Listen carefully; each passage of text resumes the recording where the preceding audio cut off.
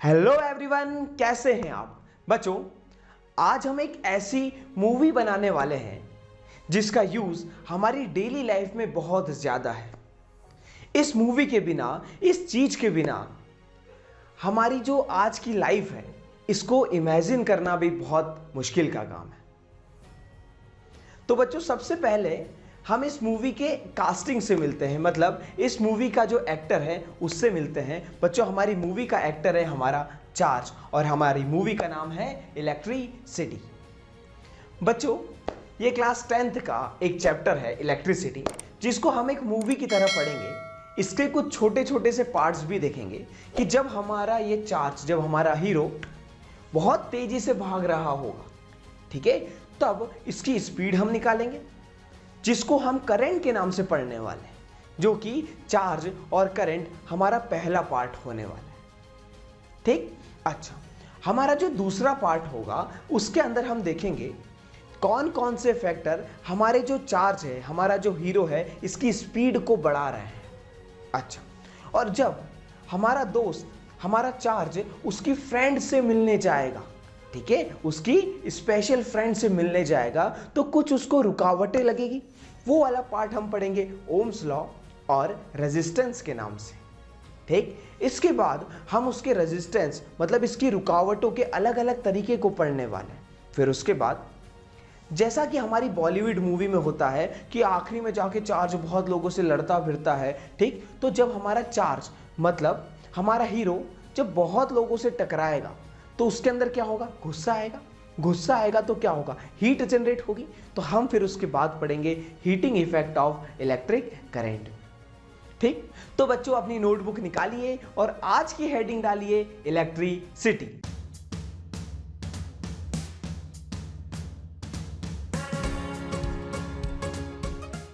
बच्चों, सबसे पहला हमारा पार्ट है चार्ज। हमको सबसे पहले जानना पड़ेगा कि हमारा जो हीरो है, हमारा जो चार्ज है, इसका बिहेवियर क्या है, ये कौन है। ठीक बच्चों, जो हमारा चार्ज है ना, जो हमारा हीरो है, ये एक तरह की इंट्रिंसिक प्रॉपर्टी है। इंट्रिंसिक प्रॉपर्टी का मतलब जन्मजात प्रॉपर्टी है। जैसे ही कोई मैटर बनता है तो उसके पास ये प्रॉपर्टी आ जाती है। एक ऐसी प्रॉपर्टी जिसके कारण वो इलेक्ट्रिक और मैग्नेटिक इफेक्ट शो करती है, या हम ऐसा कह सकते हैं एक ऐसी प्रॉपर्टी, जैसे हमारे अंदर कोई प्रॉपर्टी होती है ना, जिससे हम किसी दो लोगों को पसंद आते हैं और किसी दो लोगों को पसंद नहीं आते, ऐसा होता है ना। सेम चार्ज के साथ भी है। ये एक ऐसी प्रॉपर्टी है जिसके थ्रू वो किसी चीज को अट्रैक्ट करता है और किसी चीज को रिपेल करता है। ठीक, इसको भी हम ध्यान से समझेंगे कि किसको अट्रैक्ट करता है और किसको रिपेल करता है। आइए पहले हम देखते हैं कि जो हमारा चार्ज है, इसको हम रिप्रेजेंट करते हैं Q से। किससे रिप्रेजेंट करते हैं, Q से। अच्छा, और जो हमारे चार्ज की SI यूनिट है वो है हमारी कूलम। ठीक, अच्छा बच्चों, एक बात बहुत ध्यान से सुनिएगा, ठीक है। हमारे जो चार्ज होते हैं ये दो तरह के होते हैं। कैसे होते हैं, दो तरह के होते हैं। एक होता है हमारा पॉजिटिव चार्ज और एक होता है हमारा नेगेटिव चार्ज। ठीक, ऐसे दो तरह के चार्ज हैं। तो बच्चों, एक ऐसा समझ लो कि ये दो अपोजिट चीजें हैं, ठीक है, दो अपोजिट चीजें हैं, एक है प्लस और एक है माइनस। ठीक, तो बताओ मेरे को कि एक हमारा हीरो हो गया, एक हमारी हीरोइन हो गया, तो क्या होगा इसमें, इन दोनों में क्या होगा, प्यार होगा या दुश्मनी होगी। प्यार होगा, मतलब अट्रैक्शन होगा। क्या होगा, अट्रैक्शन। ठीक है, मतलब क्या होगा, हमारा प्यार। ठीक, अच्छा, अगर दो हीरो हीरो को लगा दिया मैंने सामने, ठीक है, या दो हीरोइन हीरोइन को लगा दिया, तो इनमें क्या होगी, दुश्मनी होगी। क्या होगी, दुश्मनी। ठीक है, तो इसको हम क्या बोलते हैं, ये क्या हो गया, लाइक चार्जेस, प्लस प्लस एक जैसे चार्ज, ठीक है, माइनस माइनस एक जैसे चार्ज, तो ये क्या होगा, हमारे लाइक चार्जेस। इसमें क्या होता है, दुश्मनी, मतलब रिपल्शन। और ये हमारे हो गए अनलाइक चार्ज। क्या होगा, ये हमारे अनलाइक चार्ज। ठीक है, इसमें क्या होता है, अट्रैक्शन, मतलब प्यार। ठीक बच्चों, अब हम समझते हैं कि जो हमारा चार्ज होता है ये किसी बॉडी पर कितना होता है। ठीक, तो बच्चों इसको ध्यान से समझते हैं। ठीक है, एक एग्जांपल लेता हूं। मान लो आपका केले खाने का मन हुआ, ठीक है, तो आप दुकानदार के पास गए, ठीक है, आपने बोला भैया एक केला कितने का है, तो उसने बोला कि भैया 10 रुपए का। ठीक, अच्छा, आपने फिर बोला कि भैया 2 केले आ जाएंगे 20 रुपए, ठीक, 3 केले आ जाएंगे 30 रुपए के।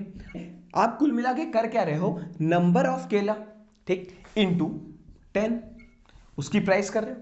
ठीक, ये हमारा क्या आ गया, टोटल प्राइस आ गया, टोटल प्राइस आ गया। ठीक, अच्छा बच्चों, क्या ऐसा हो सकता है कि आप दुकानदार को बोलो कि भैया हमको 2.5 केला दे दो? क्या ऐसा हो सकता है? नहीं, पॉसिबल नहीं है। ठीक, ठीक ऐसा ही हमारे चार्ज के साथ भी है कि जो चार्ज होता है किसी भी बॉडी पर, ठीक है, वो क्या होता है, नंबर, n की जगह नंबर आएगा, और इसमें आप किसका मल्टीप्लाई करेंगे, इसमें हम मल्टीप्लाई करते हैं चार्ज ऑन एन इलेक्ट्रॉन। एक इलेक्ट्रॉन का जो चार्ज होता है इसको हम मल्टीप्लाई करते हैं।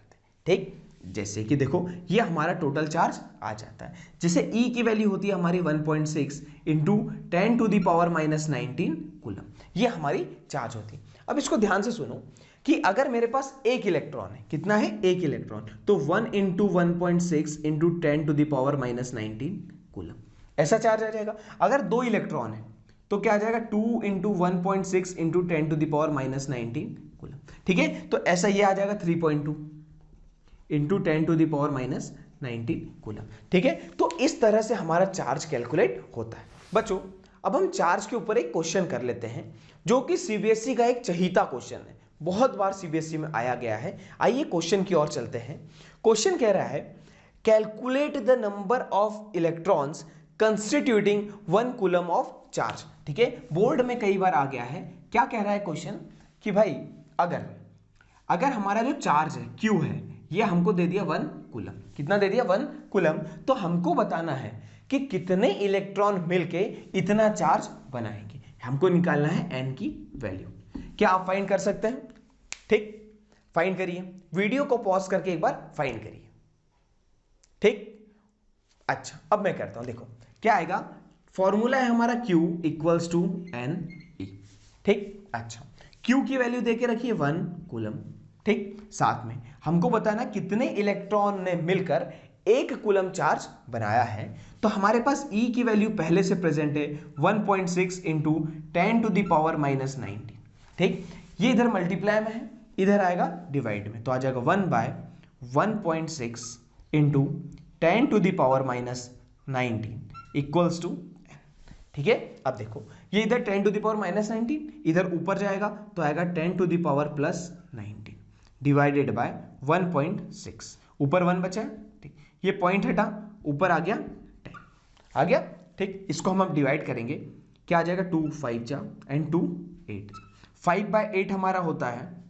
5 को जब हम 8 से डिवाइड करेंगे तो आ जाएगा 0.625 इंटू 10⁻19। ठीक, अब ये एक पॉइंट इधर ले आऊं तो आ जाएगा 6.25 इंटू 10⁻18। बच्चों ये बहुत ही प्यारा सा एक्सप्रेशन है, n इक्वल्स टू 6.25 इंटू 10⁻18। ठीक है, तो इतने इलेक्ट्रॉन क्या होगा, इतने इलेक्ट्रॉन मिलकर 1 कूलम चार्ज बनाते हैं। ठीक बच्चों, इसको एकदम याद कर लो, आपको एग्जाम में ये पक्का कहीं ना कहीं दिखेगा। ठीक है, अब देख, अब बच्चों हम और भी ज्यादा इंटरेस्टिंग चीज की ओर बढ़ने वाले हैं। देखिए, मान लो, ठीक है, हाँ बच्चों, अब मान लो कि ये आपकी एक क्लासरूम है। ठीक है, ये आपकी एक क्लासरूम है। ठीक, अब इसके अंदर क्या हो बच्चों,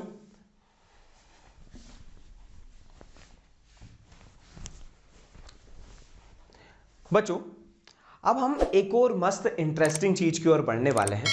मान लो कि ये एक वायर था जिसको हमने ना एकदम माइक्रोस्कोप से देख देख के कुछ इस तरह से कर दिया। ठीक है, ऐसा कुछ बड़ा हमारा हो गया। ठीक है, वायर हमको कुछ ऐसा दिख रहा है और इधर वापस ऐसा ऐसा लगा होगा कहीं पे। ठीक है, अच्छा अब क्या देखा मैंने कि इस वायर के अंदर है ना बहुत सारे एटम है, बहुत सारे एटम है। ठीक, इनफाइनाइट एटम है। ठीक है, ऐसा कहीं पर भी इनफाइनाइट ऐसे एटम दिख रहे हैं। अच्छा, एक और चीज देखी गई यहां पर कि अगर और ज्यादा ध्यान से देखा कि यहां पर है ना बहुत सारे इलेक्ट्रॉन्स भी हैं, बहुत सारे फ्री इलेक्ट्रॉन्स है। क्या है, फ्री इलेक्ट्रॉन्स है। ठीक, अच्छा अब ये इलेक्ट्रॉन्स क्या कर रहे थे, ठीक है, इलेक्ट्रॉन्स क्या कर रहे थे, इधर उधर घूम रहे थे, कोई कहीं को जा रहा था, कोई कहीं जा रहा था, कोई कहीं जा रहा था, कोई कहीं जा रहा था। ठीक है, मान लो कि आपके स्कूल में, ठीक है, जब आपकी क्लास में से टीचर बाहर चले जाता है, ठीक है, तो बच्चे कैसे रैंडम इधर उधर घूमते हैं। ठीक, वैसे ही यहां पर भी क्या है, जो अब मैं सिर्फ इलेक्ट्रॉन बनाने वाला हूं। क्या बनाने वाला हूं, सिर्फ इलेक्ट्रॉन। देखना अब ध्यान से, अब मैं सिर्फ इलेक्ट्रॉन बनाऊंगा, तो उसमें ध्यान से देखना। देख, सिर्फ इलेक्ट्रॉन बना रहा हूं मैं, ऐसा कहीं पर भी रैंडम होंगे। ठीक है, अच्छा, और ये कहीं भी जा रहे हैं, कहीं भी रैंडम डायरेक्शन में जा रहे होंगे। अच्छा, अब बच्चों इलेक्ट्रॉन को मान लो तुम अपने क्लास के बच्चे, ये कैसे इधर उधर रैंडम जा रहे होंगे। ठीक, अच्छा, अब इस टाइम पर क्या करेगा, एक बच्चा उठा, मतलब क्लास का जो मॉनिटर है वो उठा और गया प्रिंसिपल के पास कंप्लेंट करने। ठीक, अब हमारे प्रिंसिपल सर का इंट्रोडक्शन हो जाएगा यहाँ पर। ठीक, ये हमारा आया, ये आया, ठीक, ये हमारे प्रिंसिपल सर है। ठीक है, जो हमारा सेल और बैटरी होता है ना, ये हमारे क्या है, प्रिंसिपल सर। ठीक, बच्चों हर स्कूल की एक कहानी है कि प्रिंसिपल को जो भी काम रहता है तो वो किसी एक पर्टिकुलर बंदे को रखता है उसके लिए ना, वो बोल देता है कि भाई ये करके ला, हर चीज के लिए किसी को रखता है। ठीक, तो हमारे यहाँ पे जो प्रिंसिपल है इसने रख दिया है नंदू भैया को। किसको रख दिया है, नंदू भैया को, और नंदू भैया को भेजा कि भाई तू जा क्लास में। ये आगे नंदू भैया। ठीक, अब नंदू भैया को बोला कि भाई तू देख क्लास में जाके कि क्या हो रहा है। अब नंदू भैया जैसे क्लास में गए, सब बच्चों को पता चल गया कि भाई अब आने वाले हैं प्रिंसिपल सर। अच्छा, तो अब जब प्रिंसिपल सर यहां से यहां इस क्लास तक जा रहे हैं, इसमें टोटल लग रहा है 5 सेकेंड। कितना लग रहा है, 5 सेकेंड। ठीक, और ये नंदू भैया को पता है कि प्रिंसिपल 5 सेकेंड के अंदर क्लास के अंदर आ जाएंगे। अच्छा, अब प्रिंसिपल क्लास में आया, प्रिंसिपल ने जैसे ही क्लास में आता है, जैसे ही क्लास में प्रिंसिपल आता है, तो सब बच्चे अपनी अपनी बेंच की ओर भागते हैं। जो बच्चे बाहर भाग रहे थे, सब के सब अपने एक डायरेक्शन में भागने लग जाते हैं। ठीक है, सबकी क्लास एक तरफ होगी, सब एक डायरेक्शन में भागने लग जाते हैं। ठीक, अब बच्चों अगर हम इसको इलेक्ट्रॉन समझते हैं, तो बच्चों इलेक्ट्रॉन क्या होता है, नेगेटिव चार्ज। इलेक्ट्रॉन क्या होता है, नेगेटिव चार्ज, और ये हमारी बैटरी का क्या है, पॉजिटिव टर्मिनल। तो सारे के सारे इलेक्ट्रॉन किधर भागेंगे, पॉजिटिव की तरफ भागेंगे, क्योंकि अपोजिट्स में क्या होता है, प्यार, अट्रैक्शन होता है। ठीक, तो ये इलेक्ट्रॉन और ये पॉजिटिव चार्ज है ना, एक पॉजिटिव टर्मिनल और इलेक्ट्रॉन पे क्या है, नेगेटिव चार्ज, तो सब के सब भागेंगे किधर, अपने प्यार की तरफ। ठीक, अच्छा, अब समझ कि प्रिंसिपल आए गए हैं क्लास में। ठीक, प्रिंसिपल आ गए हैं क्लास में, और प्रिंसिपल सर ने पूछा कि नंदू भाई बताओ कितने बच्चे भागे, मतलब कितने बच्चे अपनी जगह से भागे। तो उन्होंने बोला कि सर आपको आने में 5 सेकंड लगे हैं और 10 बच्चे भागे, 10 बच्चे भागे। अच्छा, अब प्रिंसिपल सर ने पूछा कि बताओ कि 1 सेकंड में कितने बच्चे भाग रहे थे, ये बताओ बस तुम। तो उसने बोला कि सर सिंपल है, 1 सेकंड के अंदर कितने बच्चे भागे, 10 बाय, इसने टाइम से डिवाइड कर दिया, तो ये कितना आ गया, 2। ठीक है, कितने आ गए कि भाई 1 सेकंड के अंदर कितने बच्चे भागे, 2। तो सेम हमारा करंट भी है, सेम हमारा करंट भी है। अगर यहां पे नंदू भैया बैठे हैं ना, और ये चार्ज को देख रहे हैं कि भाई 10 कूलम चार्ज इधर गया है, कितना गया है, 10 कूलम चार्ज, तो 1 सेकंड में कितना जाएगा, 2 कूलम चार्ज जाएगा। ठीक है, तो इसको हम बोलते हैं करंट, कि 1 सेकंड के अंदर कितना चार्ज फ्लो हुआ है, rate of flow of charge. बच्चों मैं उम्मीद करता हूं कि आपको करंट की फीलिंग आ गई होगी, है ना, कि 1 सेकंड के अंदर कितने कूलम चार्ज इधर पास हुआ है। ठीक है, इसकी हम डेफिनेशन लिख सकते हैं, rate of flow of charge. ठीक है, rate of flow of charge, इसको हम क्या कहते हैं, करंट। ठीक, अच्छा, अब देखो यहां पर हमने फॉर्मूला क्या लगाया, ये हमारा मान लो अगर चार्ज क्या है, चार्ज, तो इधर ध्यान से देखना, हमने फॉर्मूला, करंट है हमारा, करंट को रिप्रेजेंट करते हैं हम आई से। ठीक, अच्छा, चार्ज क्या है, 10 कूलम है, तो हमने ऊपर क्या रखा, चार्ज, और नीचे क्या है, 5 है, मतलब नीचे हमने रखा टाइम। तो ये आ गया हमारा रेट, क्या गया ये, रेट। तो I equals to Q by T. बच्चों बहुत ही ज्यादा इंपॉर्टेंट फॉर्मूला है, ठीक है, इसको याद रखना है। अच्छा, अब बच्चों जो हमारा करंट है इसको हमने रिप्रेजेंट कर दिया आई से। अच्छा, करंट की जो यूनिट होती है वो होती है एम्पियर। क्या होती है? एम्पियर। ठीक। और बच्चों एक चीज ध्यान रखना, ये नंदू भाई की कहानी अभी खत्म नहीं हुई है, अभी ये बहुत बढ़िया रोल यहाँ पर प्ले करने वाले हैं। एक ऐसा कॉन्सेप्ट इससे मैं आपको बताने वाला हूँ जहाँ पर बच्चे अक्सर मिस्टेक करते हैं और वो हमारी बहुत आसानी से क्लियर हो जाएगी। ठीक, यहाँ तक क्लियर है आपको? अगर क्लियर है तो हाँ ना बोलना पड़ेगा, आपको कमेंट में लिख कर बताना पड़ेगा कि आपको समझ में यहाँ तक आया है या नहीं। एक बहुत ही इंपॉर्टेंट चीज़ कि भाई जो हमारे करंट है, जो हमारा करंट है वो कैसे जाएगा? एक पॉजिटिव साइड से जाता है, इस तरह से करंट जाता है। ठीक, इस तरह से हमारा करंट फ्लो होता है। बच्चों अब एक स्टोरी टाइम है कि जब हमारा करंट डिस्कवर हुआ था तब पता नहीं था कि क्या हमारा इलेक्ट्रॉन है, क्या पॉजिटिव चार्ज है, ऐसा कुछ नहीं पता। ठीक, बस ऐसा पता था कि भाई एक सिंपल सा हमारा कोई चार्ज होता है वो पॉजिटिव टर्मिनल से नेगेटिव टर्मिनल की ओर जा रहा होगा, या उसको हमने करंट बोल दिया था। अच्छा, तो बाद में जब बहुत ज़्यादा उसके कम से कम 100-200 साल बाद पता चला था कि जो हमारे यहाँ पे करंट है, जो हमारे यहाँ पे क्या है, करंट है, वो क्या होता है, वो फ्लो करता है किसके कारण? इलेक्ट्रॉन के कारण, जिसको हम कहते हैं चार्ज कैरियर। क्या कहते हैं? Charge carrier. ठीक, हमारा जो करंट फ्लो हो रहा है वो फ्लो हो रहा है इलेक्ट्रॉन के कारण। और बच्चों इलेक्ट्रॉन जो फ्लो होते हैं वो इस डायरेक्शन में हो रहे हैं, इलेक्ट्रॉन हमारे फ्लो हो रहे हैं इस डायरेक्शन। ठीक, और करंट हमारा कुछ ऐसे जा रहा है। ठीक है, करंट हमारा कुछ ऐसे जा रहा है। ठीक, तो अब यहां पर दो बातें आ गई थी। ठीक है, कि भाई इलेक्ट्रॉन इधर जा रहा है, जब फ्लो हमारा इलेक्ट्रॉन करता है तो इस डायरेक्शन को करंट की डायरेक्शन कहना चाहिए। ठीक, लेकिन वहां पर है ना कोई बहुत बढ़िया बढ़िया से साइंटिस्ट भी थे, उन्होंने बताया कि जो डायरेक्शन पहले ले ली, जो डायरेक्शन पहले ले ली उसको बोल दो कन्वेंशनल डायरेक्शन। क्या बोल दो? Conventional direction. और उसको सिंपल सी लैंग्वेज में लिख दो कि भाई जिस डायरेक्शन में करंट जा रहा है उसकी अपोजिट डायरेक्शन में क्या होगा? हमारे इलेक्ट्रॉन का फ्लो। या इसको ऐसा भी बोल सकते हैं कि अगर मान लो इस डायरेक्शन में हमारे इलेक्ट्रॉन जा रहे हैं, ठीक है, इधर की डायरेक्शन में इलेक्ट्रॉन जा रहे हैं, तो हमारे करंट क्या होगा? इधर की डायरेक्शन, मतलब opposite to direction of electron. ठीक है, करंट किधर फ्लो होगा? जिस डायरेक्शन में हमारे इलेक्ट्रॉन फ्लो हो रहे हैं उसके अपोजिट डायरेक्शन में। ठीक, इसको नाम दे दिया हमने कन्वेंशनल डायरेक्शन ऑफ करंट। क्या इतनी बात आपको समझ में आ गई? अच्छा, अब समझो बच्चों, जो हमारा करंट है इसको हम मेजर करते हैं, एक डिवाइस आता है एमीटर, एक डिवाइस आता है एमीटर। ठीक है, एक डिवाइस आता है एमीटर, वो कुछ इस तरह से दिखता है। अच्छा बच्चों, ये क्या नापेगा? करंट। करंट हमारा क्या होता है? Rate of flow of charge. अच्छा, अब यहां पर हमारी क्लास में कौन बैठा था? नंदू भैया बैठे थे। हमारी क्लास में कौन बैठा था? नंदू भैया बैठे थे। वो बता रहे थे हमारा रेट। अच्छा, तो हमारे नंदू भैया को अगर करंट को मेजर करना है तो उनको क्लास के अंदर जाके बैठना पड़ा।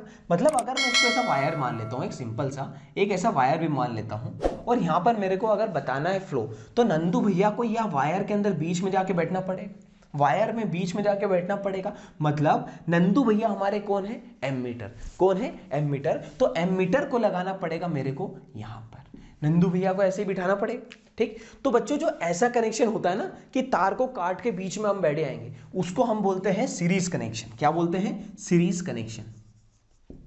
कौन सा कनेक्शन? Series connection. तो क्वेश्चन आता है कि एमीटर किसमें कनेक्ट होता है? तो भाई एमीटर हमेशा कनेक्ट होता है किसमें? सीरीज में।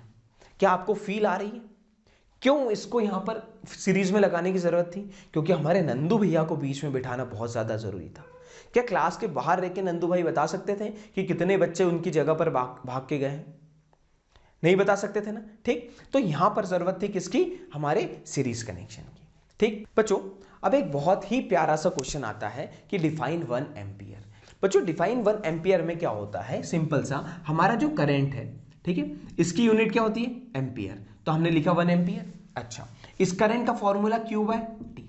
तो भाई जो भी या कभी भी आज की तारीख में बात करो या आज के बाद कभी भी आपकी जब तक पढ़ाई चल रही है, कभी भी डिफाइन करने को आए कि भाई 1 फलाना, ठीक है, डिफाइन करो, जैसे 1 एम्पियर कर दो, कभी 1 वोल्ट आएगा, कभी 1 जूल आएगा, कोई दिक्कत नहीं, कोई दिक्कत नहीं। सिंपल क्या करना है, इसका फॉर्मूला लिखा, करंट का फॉर्मूला लिखा, ठीक। जो भी इस फॉर्मूले में वैल्यू आ रही है सबको 1 1 कर दो, 1 coulomb by 1 second, 1 coulomb by 1 second. देख इसका मतलब देख कितना प्यारा हुआ कि 1 एम्पियर, देख दोनों को डिवाइड करें तो 1 1 है।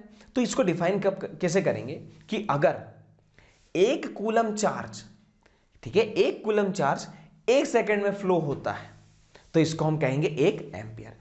बच्चों यहां पर सिर्फ समझने का काम करो, नोट्स हम आपको डिस्क्रिप्शन में प्रोवाइड कर देंगे। अच्छा, अब बच्चों एक बेहतरीन सीबीएसई के इंपॉर्टेंट क्वेश्चन की ओर आते हैं और एक क्वेश्चन मैं आपको होमवर्क भी देने वाला हूं। आइए स्टार्ट करते हैं। बच्चों हमारा क्वेश्चन कुछ इस तरह से दिया है, a current of 0.5 ampere is drawn by a filament of an electric bulb for 10 minutes, ठीक है। Find the amount of electric charge that flows through the circuit. अच्छा देख क्वेश्चन दिया है कि भाई हमको करंट देके रखा है, क्या देके रखा है, करंट देके रखा है 0.5 एम्पियर। मतलब एक जो फिलामेंट आता है बल्ब, वो कितना करंट लेता है 0.5 एम्पियर, किसमें, टाइम क्या लग रहा है इसमें, 10 मिनट्स में लेता है, ठीक है। तो हमको निकालना है कि कितना चार्ज फ्लो हो रहा होगा, हमको निकालना है कितना चार्ज फ्लो हो रहा होगा, ठीक। अच्छा अब बच्चों जब भी टाइम है तो इसकी ऐसा यूनिट, मतलब हम सेकंड में लेते हैं तो इसको हम कन्वर्ट कर लेंगे सेकंड में, 10 मिनट को सेकंड में कन्वर्ट करने के लिए मल्टीप्लाई बाय 60, तो ये आ जाएगा हमारा 600 सेकेंड्स, ठीक। अच्छा हमारा जो फॉर्मूला होता है I equals to Q by T, T इधर जाएगा, I T equals to Q, ठीक। अच्छा तो हमारा I क्या आ जाएगा, यहां पर दिया हुआ है 0.5 इंटू टाइम कितना है 600 इक्वल्स टू क्यू। हम इन दोनों को मल्टीप्लाई कर देंगे, देखिए डिवाइडेड बाय ये 10 आया, 5 1 जा 5 2 जा 2 3 जा 6, तो आ गया हमारा 300 कूलम। चार्ज कितना आ गया हमारा 300 कूलम। इतना चार्ज हमारा फ्लो हो रहा होगा 10 मिनट के अंदर।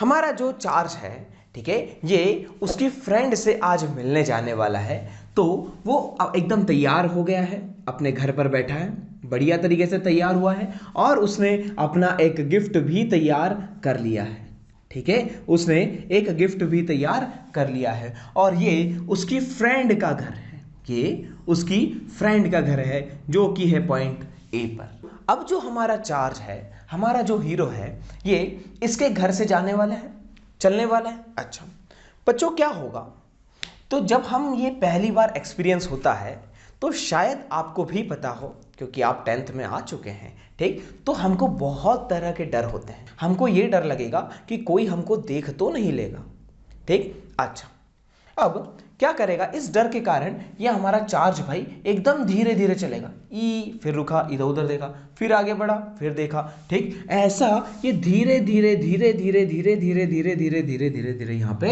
आएगा। अच्छा ये पॉइंट ए पर आ गया। अच्छा अब बच्चों देखो कि ये सामने वाला जब यहाँ से यहाँ पर आएगा तो इसने कुछ ना कुछ काम तो किया होगा, वर्क तो करा होगा। अच्छा मैंने क्या बोला, एकदम धीरे धीरे आया है, एकदम धीरे धीरे आया है, ठीक। अच्छा इसने कुछ ना कुछ काम तो किया होगा। अच्छा किया, बिल्कुल माना। अच्छा अब ये जो गिफ्ट में लाया है ना हमारा चार्ज, तो ये क्या लाएगा, चार्ज ही लेके आएगा और कुछ थोड़ी ना लेके आया, तो ये क्या लेके आया, हमारा क्यू कूलम चार्ज लेकर आया है। अच्छा अब ये यहां पर पहुंच गया। जब हम ऐसे किसी को गिफ्ट देने जाते हैं ना, तो जो हमारे घर की दूरी होती है ना, ये हमको इतनी दूर लगता है, एकदम इन्फिनिटी लगता है कि भाई बहुत दूर से उठा के लाए हैं हमको। अब इसको लगेगा चार्ज को कि मैं इनफाइनाइट डिस्टेंस चलकर आया हूं, ठीक। अच्छा अब बंदा यहां पर आ गया है, ठीक। अब इसने काम कितना किया है, W, और गिफ्ट में क्या लेके आया है, चार्ज, मतलब इतना काम किया एक गिफ्ट लाने में, ठीक है। मतलब Q गिफ्ट लाने के लिए कितना काम करा, W। अब एक कूलम, ये कूलम है, एक कूलम चार्ज लाने के लिए कितना काम करा, W बाय Q। मतलब एक गिफ्ट लाने के लिए इतना काम, और हमारे गिफ्ट में क्या था, एक कूलम चार्ज, क्या था, चार्ज। तो भाई work done per unit charge, work done per unit charge, ये क्या हो जाएगा, ए पॉइंट का पोटेंशियल, क्या होगा, ए पॉइंट का पोटेंशियल, ठीक। समझ।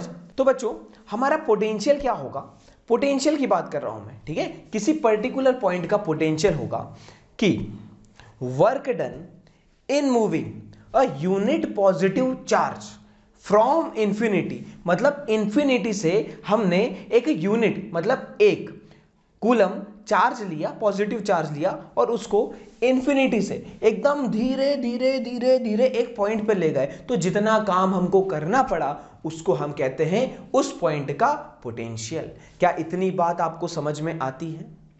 ठीक बच्चों, बाय डिफॉल्ट हम इंफिनिटी का जो पोटेंशियल है ना वो लेते हैं 0। बच्चों अब हम मान लेते हैं कि ये जो पॉइंट ए है, ठीक, और ये जो हमारा दोस्त का घर है, तो इसको हम मान लेते हैं बी पॉइंट, ठीक है, बी पॉइंट। अब क्या होगा कि जो हमारा डिस्टेंस है ये इनफाइनाइट नहीं, ठीक। अब हम क्या कर रहे हैं, एक कूलम चार्ज मतलब हमारे गिफ्ट को एक पॉइंट से दूसरे पॉइंट पर धीरे धीरे ले जा रहे हैं और उसमें हमको काम करना है W, ठीक है, और हमारा चार्ज कितना है Q। अच्छा, तो हमने क्या करा, B से लेकर A पर गए, ठीक है, तो इसका भी कुछ ना कुछ पोटेंशियल होगा जिसको हमने नाम दे दिया VB। क्या नाम दे दिया? VB।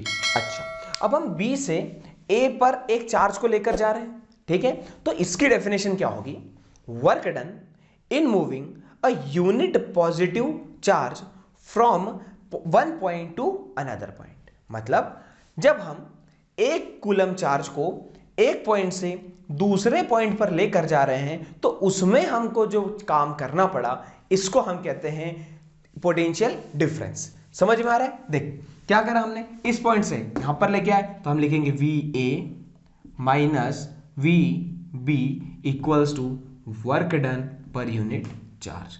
ये है हमारा important formula, V equal to W by Q। ठीक है,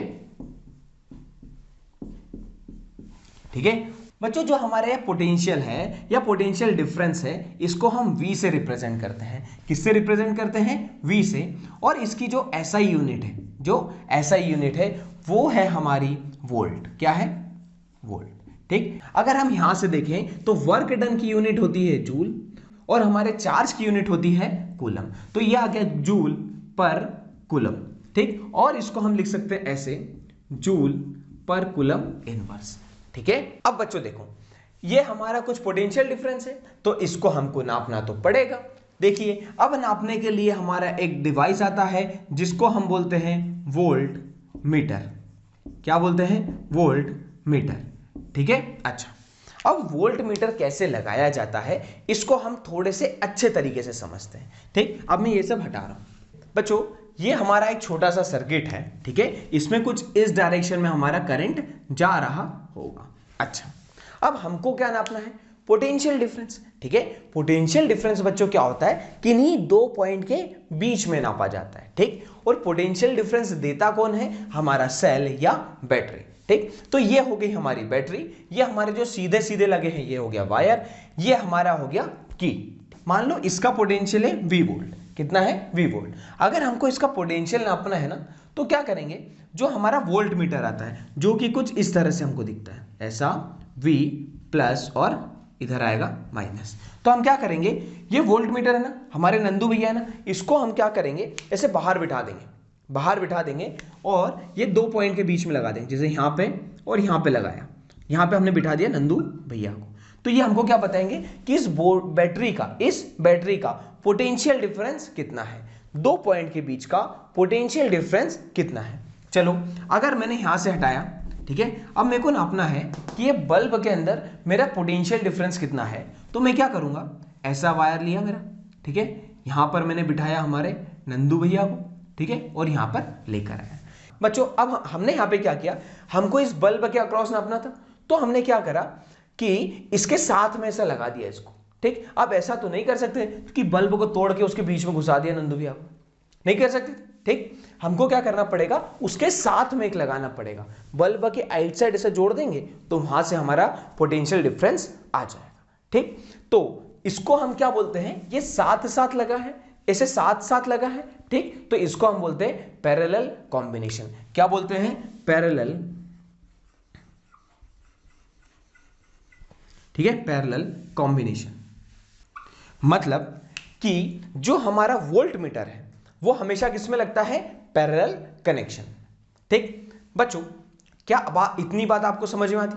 अच्छा, अब देख कि अगर हमारा जो सेल और बैटरी है, ठीक, ये हमको क्या प्रोवाइड कराता है, एक पोटेंशियल डिफरेंस। बच्चों, अब जो पोटेंशियल डिफरेंस होता है ना, इसका रियल में अगर हम फीलिंग मतलब लेना चाहें, इसका मतलब समझना चाहे तो कुछ ऐसा है कि मान लो कि हमारे पास एक सेल है, ठीक है, एक ऐसा छोटा सा सेल है हमारे पास, ठीक, हम सब ने ऐसा पेंसिल सेल देखा है ना, ठीक है, हमारे घर रिमोट टीवी इसमें यूज करते हैं। ठीक, अब क्या बोला कि इसके अंदर देखो, आप देखोगे तो वोल्टेज लिखा है, मान लो ये 5 वोल्ट का पोटेंशियल डिफरेंस प्रोवाइड कराता है। ठीक, तो क्या होगा कि अगर 1 कूलम चार्ज ऐसा यहां से यहां अगर मान लो गया, ठीक है, या इधर से इधर आया, इस चार्ज को कितनी एनर्जी मिली, अगर हमें ये निकालना है तो वो कैसे निकालेंगे। देख, इस चार्ज को एनर्जी कितनी मिलेगी, एनर्जी मतलब work done by charge equal to potential difference. तो हमारा वर्क डन क्या आ जाएगा, पोटेंशियल डिफरेंस 5 इंटू चार्ज कितना आ गया 1, तो 5 जूल। मतलब जब हमारा चार्ज अगर यहां से यहां गया तो उसको कितनी एनर्जी मिलेगी, 5 जूल की। 1 कूलम चार्ज को 5 जूल की एनर्जी ये प्रोवाइड कराता है। थोड़ा थोड़ा फीलिंग आ रहा है कि हमारा सेल क्या काम कर रहा होगा। मान लो ऐसा मरा हुआ चार्ज आया तो उसको हमारा सेल क्या करेगा, अगर सेल पूछेगा मैं तो 5 वोल्ट का हूं भाई, चल तेरे को 5 जूल की एनर्जी में दे देता हूं। समझ में आ रहा है कुछ?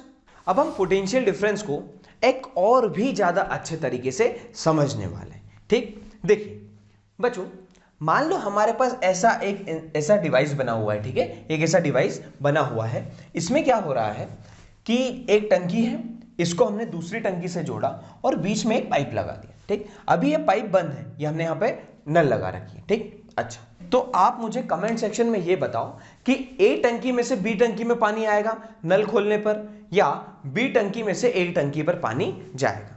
ठीक, आप पहले मेरे को कमेंट सेक्शन में बताओ। ठीक, अच्छा, चलो अब हम आगे बढ़ते हैं। देख क्या होगा कि इस टंकी में पानी ज्यादा है, ए टंकी में पानी ज्यादा है, तो क्या होगा कि इसका पानी जैसे ही मैंने ये टैप को खोला, क्या होगा, इधर का पानी कम है तो इधर की साइड फ्लो करने लग जाएगा। ठीक है, ऐसा फ्लो करने लग जाएगा। अच्छा, अब सुन, ये पानी फ्लो कर क्यों रहा है, इधर क्यों आ रहा है? इसलिए आ रहा होगा क्योंकि यहां पर एक हमको हाइट का डिफरेंस है। किसका डिफरेंस है? हाइट का। इसमें इतना पानी और इसमें इतना सही, ठीक है, तो ये हाइट का डिफरेंस है, इसके लिए पानी इधर से इधर फ्लो करेगा। ठीक, अच्छा बच्चों, सेम चीज हमारे चार्ज के साथ भी होती है। ठीक है, चार्ज में क्या होता है, हमारे सेल में भी देखो, एक टर्मिनल क्या होता है, नेगेटिव, और एक क्या होता है, पॉजिटिव। पॉजिटिव वाला हाई पोटेंशियल पे, नेगेटिव वाला लो पोटेंशियल। तो क्या होगा, हाई पोटेंशियल से लो पोटेंशियल की ओर हमारा चार्ज फ्लो कर रहा होगा। सिंपल सी बात है। तो चार्ज कहां फ्लो करता है, हाई पोटेंशियल से लो पोटेंशियल। ठीक, तो चार्ज अगर फ्लो कर रहा है तो इसकी हमने स्पीड, या कहो इसका हमने रेट नाप लिया, उसको हम क्या कहते हैं, करंट। तो हमने ये जान लिया कि हमारा चार्ज क्यों फ्लो करता है, हमारा करंट क्यों आता है। क्या इतना कॉन्सेप्ट की हमको फीलिंग आ गई है क्या? जब भी हमको ऐसा है कि डिफाइन 1 एम्पियर या 1 वोल्ट, अगर वोल्ट का बोला तो वोल्टेज का फॉर्मूला लिखो, V equals to W by Q। ठीक है, अब हमको वोल्ट कितना चाहिए, 1 वोल्ट। ठीक है, 1 वोल्ट कब होगा, जब ये दोनों हो जाएंगे 1 1, तो 1 जूल बाय 1 कूलम। बच्चों, आसान भाषा में इसको ऐसे समझेंगे कि अगर किसी करंट कैरिंग कंडक्टर के अंदर एक पॉइंट से दूसरे पॉइंट पर 1 कूलम चार्ज को लाने के लिए 1 जूल काम करना पड़ा, तो इसको हम कह देंगे 1 वोल्ट। ठीक है,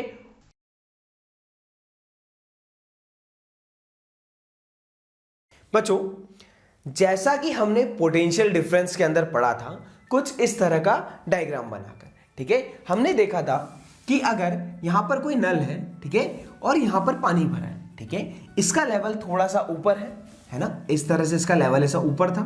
इस कारण से क्या था, ये नल खोलने पर पानी इस साइड से इधर फ्लो कर रहा था। अच्छा, ठीक है, अब मैंने क्या किया कि ये जो हाइट है ना, इसको और बढ़ा दी। मतलब ये हाइट, ये वाले कंटेनर में मैंने क्या किया, वेसल में क्या किया कि जो हाइट है वो इतनी ज्यादा कर दी। ठीक है, अच्छा, तो अब आप आपके कॉमन सेंस से मुझे बताएंगे कि ये जो यहां पर पानी इधर फ्लो कर रहा था, क्या इसका रेट बढ़ जाएगा? आप सोचकर बताइए, क्या ये पानी इधर जाने का रेट मतलब स्पीड बढ़ जाएगी? खुद सोचो ना यार कि देखो अगर मैं इसके ऊपर पानी बढ़ाते जा रहा हूँ तो इधर की स्पीड बढ़ जाएगी। खुद घर में एग्जांपल देखो कि जब हमारे घर में जो पानी की टंकी होती है, ठीक है, वो उसका पानी उसके अंदर अगर कम है, ठीक है, पानी कम है तो हमारी नल में, ठीक है, नल में क्या होता है, प्रेशर थोड़ा कम हो जाता है, कम फोर्स से पानी आता है ना, होता है।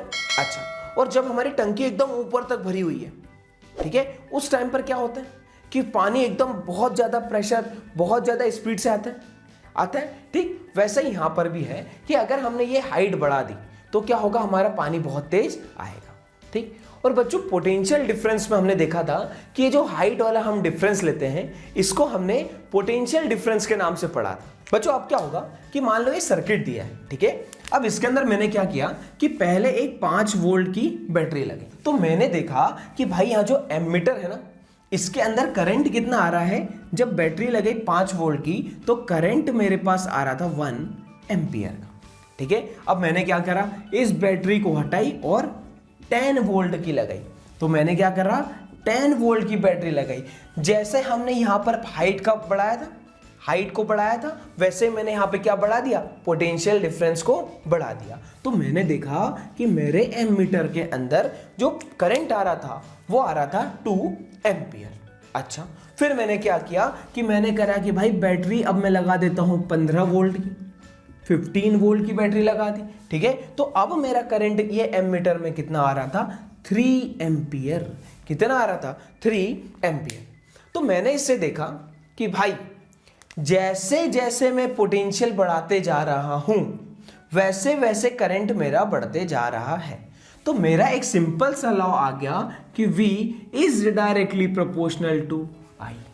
जो हमारा पोटेंशियल डिफरेंस है वो डायरेक्टली प्रोपोर्शनल करता है किसके, करंट के। इसको मैं ऐसे भी लिख सकता हूं कि current is directly proportional to V।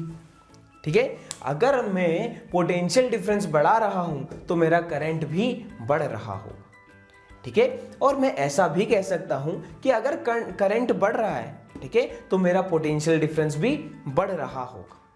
ठीक, अच्छा, अब हमने V is proportional to I लिखा। इसके अंदर प्रोपोर्शनलिटी को हटाने के लिए हम एक कांस्टेंट लाएंगे, प्रोपोर्शनलिटी कांस्टेंट लाएंगे जिसको कहेंगे R। R है हमारा यहां पर रेजिस्टेंस। क्या है, रेजिस्टेंस। ठीक है, इसकी वैल्यू क्या रहेगी, कांस्टेंट रहेगी। कैसी रहेगी बच्चों, कांस्टेंट रहेगी। ठीक, इतनी बात आपको समझ में आती है। अच्छा, अब मेरी बात बहुत ध्यान से सुनना कि आपको कभी भी पूछा जाए कि ओम्स लॉ का स्टेटमेंट कौन सा सही है या गलत है, तो बच्चों ध्यान रखना ये भी सही है, ये भी सही है और ये भी सही है। ठीक है, एमसीक्यू में बहुत बार फंसता है ऐसा।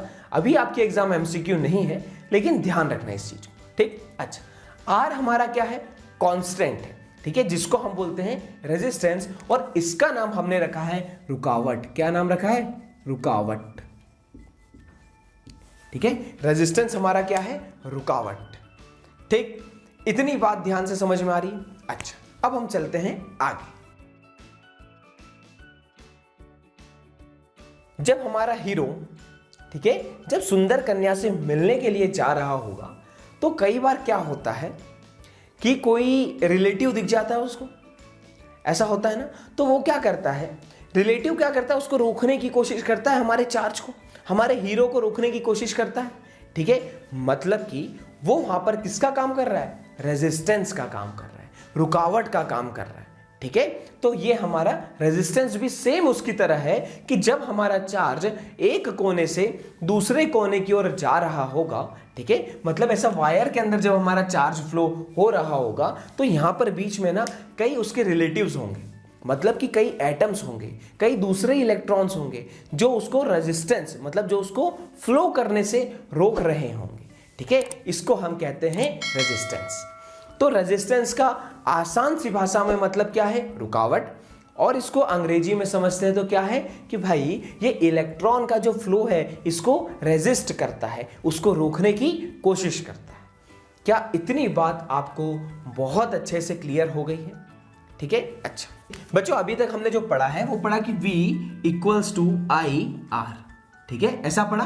ठीक, अब अगर हमको रेजिस्टेंस को लिखना है तो हम I को इस साइड ले आएंगे, तो ये हो जाएगा हमारा V बाय I, ऐसा हमारा हो जाएगा रेजिस्टेंस। ठीक, अब बच्चों ये जो रेजिस्टेंस है, ठीक है, ये क्या है, किसी भी मटेरियल के लिए कांस्टेंट होता है। क्या होता है, कांस्टेंट होता है।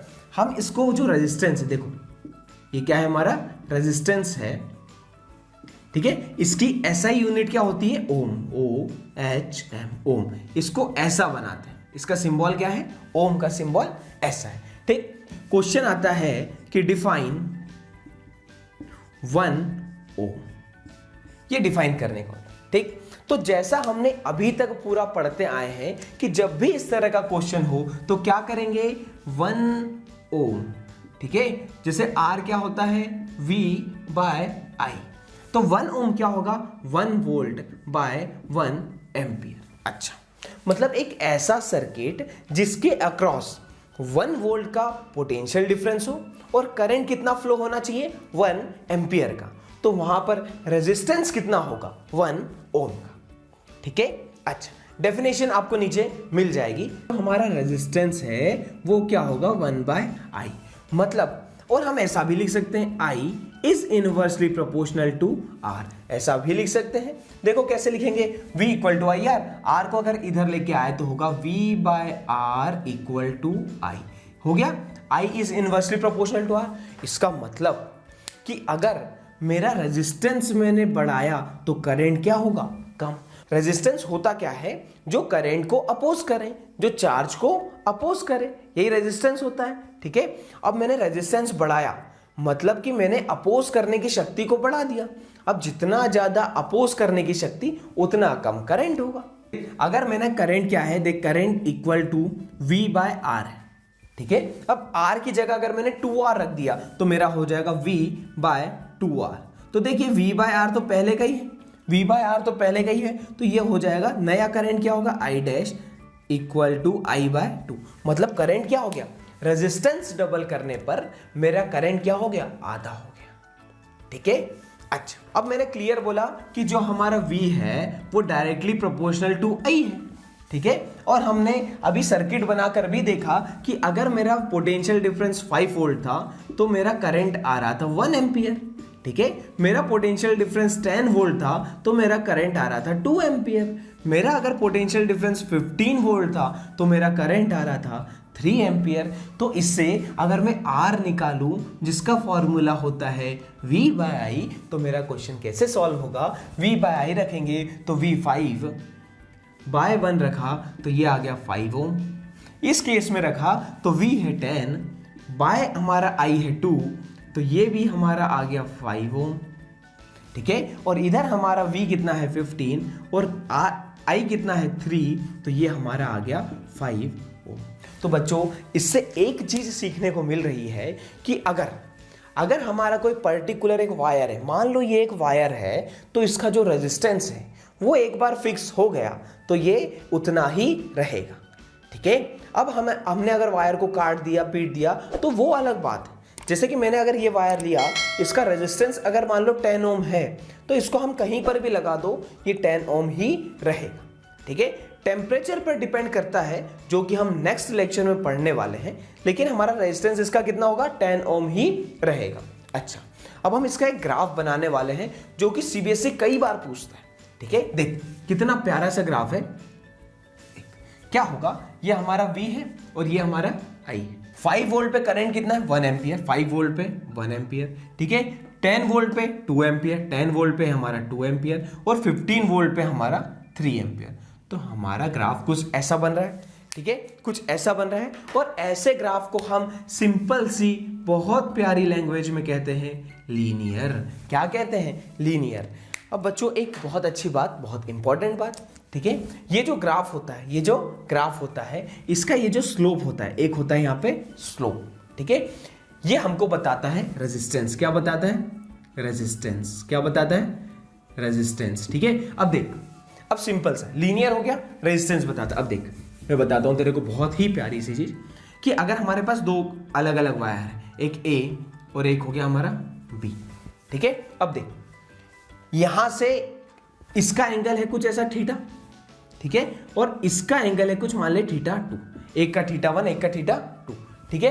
तो जिसका एंगल ये वाला ज्यादा बनता है ना उसका रेजिस्टेंस ज्यादा होता है, ठीक है। मतलब theta 2 is greater than theta 1, तो हमारा resistance of 2 is greater than resistance of 1, ठीक है। ये हमने दो अलग अलग वायर लिए कि A और B, तो resistance of B is greater than resistance of 1।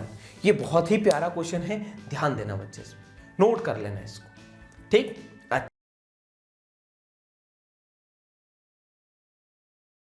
जो हमारा हीरो है, हमारा चार्ज, जब वो सुंदर कन्या से मिलने जा रहा होता है तो उसको रास्ते में कौन कौन सी रुकावटें आने वाली है। साथ में हम देखेंगे कि ऐसी कौन कौन से फैक्टर हैं जिससे ये रुकावटें बढ़ जाती है या ये रुकावटें कम हो जाती। बच्चों, आज हम पढ़ने वाले हैं रेजिस्टेंस के बारे में।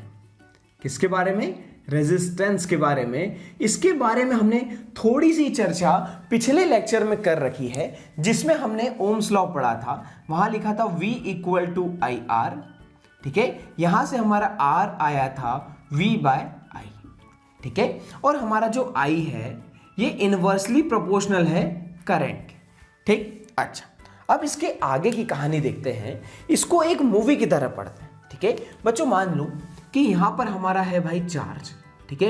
ये एकदम तैयार होके बैठा है, ठीक। अब ये यहां पर एक कन्या है जिससे ये मिलने जाना है इसको, ठीक है। अच्छा, अब क्या होगा कि यहां पर एक सड़क है ना, ये इसी सड़क है, ठीक है। अच्छा, अब समझो कि मान लो कि पहले सड़क यहीं तक है, ठीक है। सड़क यहीं तक है, ठीक। तो क्या होगा कि ये बंदा यहां से यहां पर जाएगा, ठीक। अब इसमें क्या हुआ कि बीच में बहुत सारे गड्ढे पड़ेंगे, है ना। साथ में एक और चीज होगी कि हो सकता है कि यहां पर उसका कोई रिलेटिव खड़ा हो या यहां पर उसका कोई रिलेटिव खड़ा हो लड़के का, ठीक है। तो क्या होगा, यहां पर हमारा लड़का खड़ा है, यहां पर खड़ी है सुंदर कन्या, ठीक। तो अब देख, जब ये लड़का यहां पर जाएगा तो यहां पर जितने भी गड्ढे हैं या जितने भी इसके रिलेटिव्स हैं, ठीक है, वो क्या करेंगे, इसको रुकावट पैदा करेंगे। मतलब इसके लिए क्या है, ये रेजिस्टेंस का काम करेंगे। क्या काम करेंगे? रेजिस्टेंस का। अब देख, अगर ये लड़का यहीं पर है, ठीक है, हम दो केस देखते हैं, ठीक है। अब हमारा रोड की लेंथ कुछ हमने ऐसी बढ़ा ली, ठीक। अब यहां पर है हमारा, यहां पर आ गई हमारी सुंदर कन्या, ठीक। अब देख यहां पर क्या होगा, सबसे पहली बार कि उसको गड्ढे बहुत ज्यादा लगने वाले, ठीक। दूसरी चीज कि यहां पर हो सकता हो कि कोई रिलेटिव खड़ा हो, यहां पर भी कोई रिलेटिव खड़ा हो, यहां पर भी कोई रिलेटिव खड़ा हो और यहां पर भी कोई रिलेटिव खड़ा हो, ठीक। तो हमने देखा कि अगर रोड की लेंथ हमने बढ़ा दी, अगर हमने रोड की लेंथ बढ़ा दी, ठीक है, लेंथ अगर हमने बढ़ा दी तो ये गड्ढे और रिलेटिव दोनों बढ़ गए। और जितने ज्यादा गड्ढे या जितने ज्यादा रिलेटिव उतना ज्यादा रेजिस्टेंस का काम यहां पे करेंगे, उसको रोकने का काम करेंगे, ठीक है। तो हमारा क्या होगा, अगर लेंथ बढ़ी तो हमारा रेजिस्टेंस क्या होगा, ये भी बढ़ जाएगा। तो resistance is directly proportional to L. क्या इतना समझ में आता है? ठीक। अब बच्चों, रेजिस्टेंस का मतलब क्या हुआ? रेजिस्टेंस का मतलब हुआ कि अगर मेरे को यहां से लेकर कहीं पर जाना है तो बीच में मेरे को कौन कौन सी चीजें रोकने की कोशिश करेगी।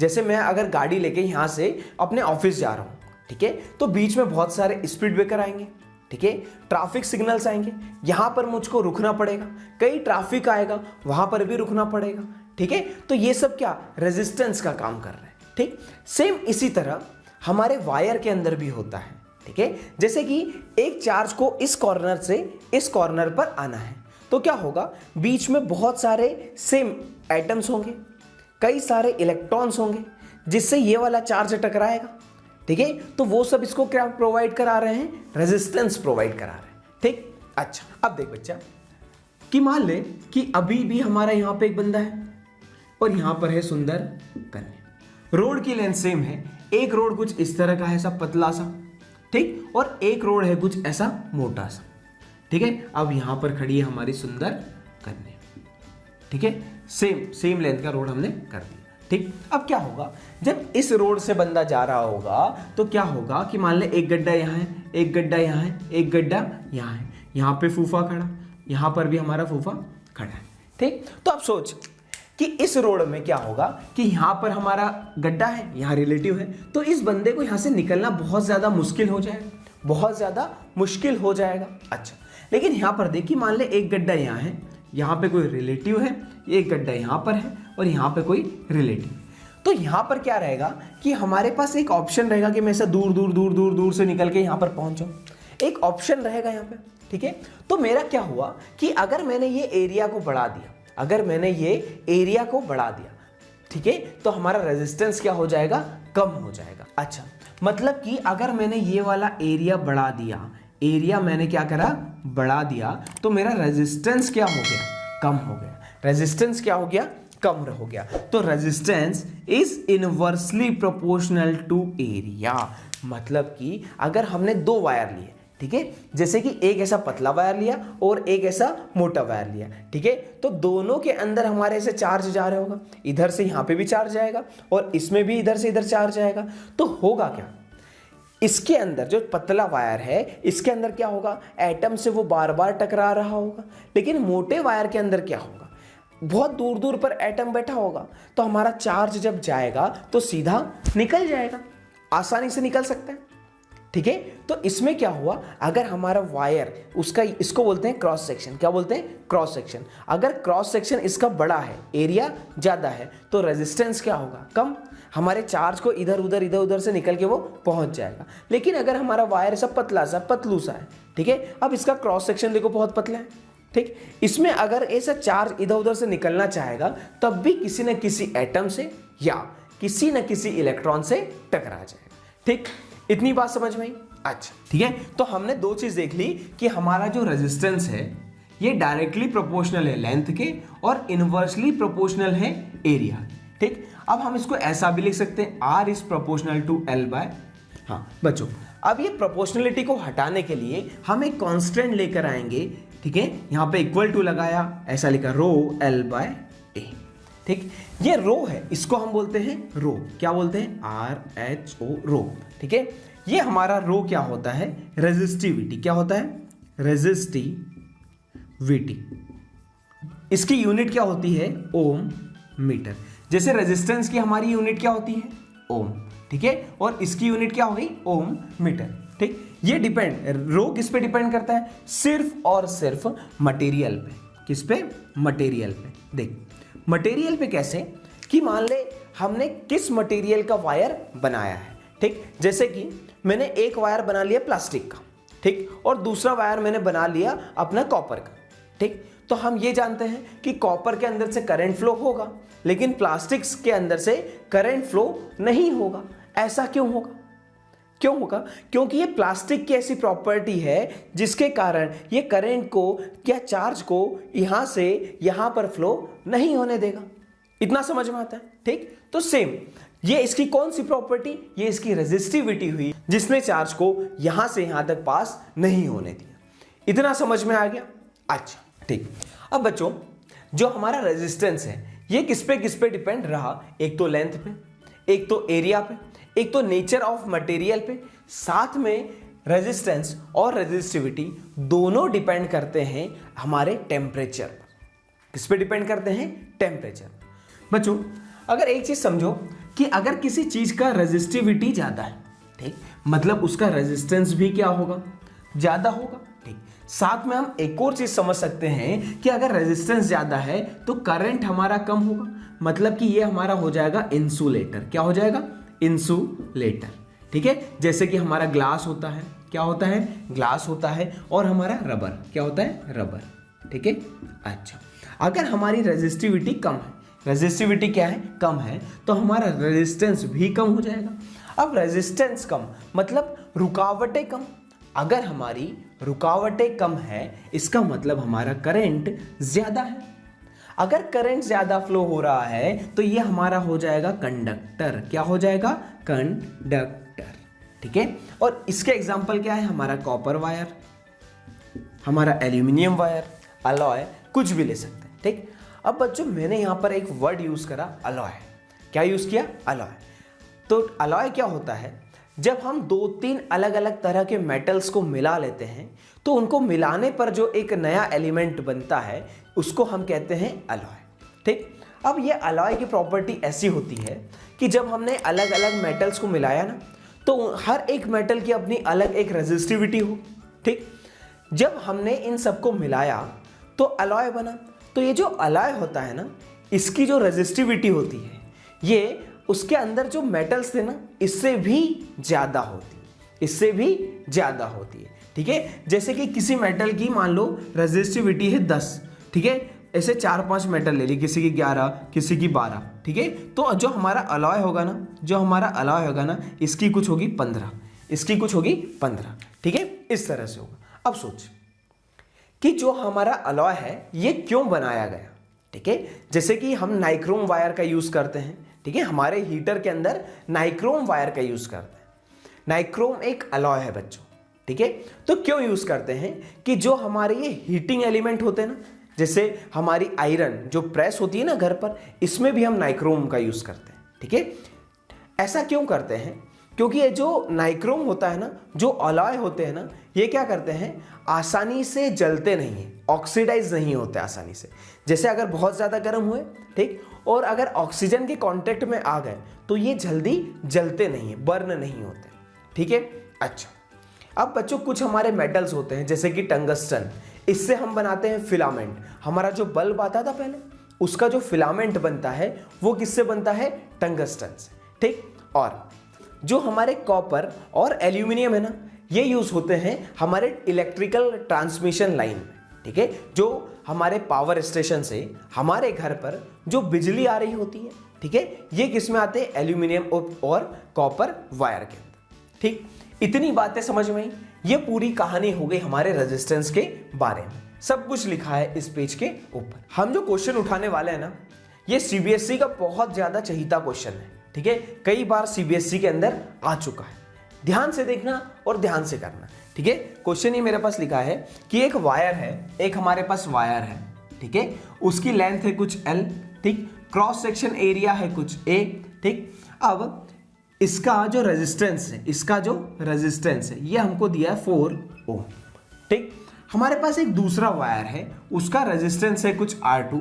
अब जो ये पहला वायर और ये जो दूसरा वायर है, ठीक, इनको हमने सेम मटेरियल से बनाया। किससे बनाया, सेम मटेरियल। अब मटेरियल पे क्या चीज डिपेंड करता है, रेजिस्टिविटी।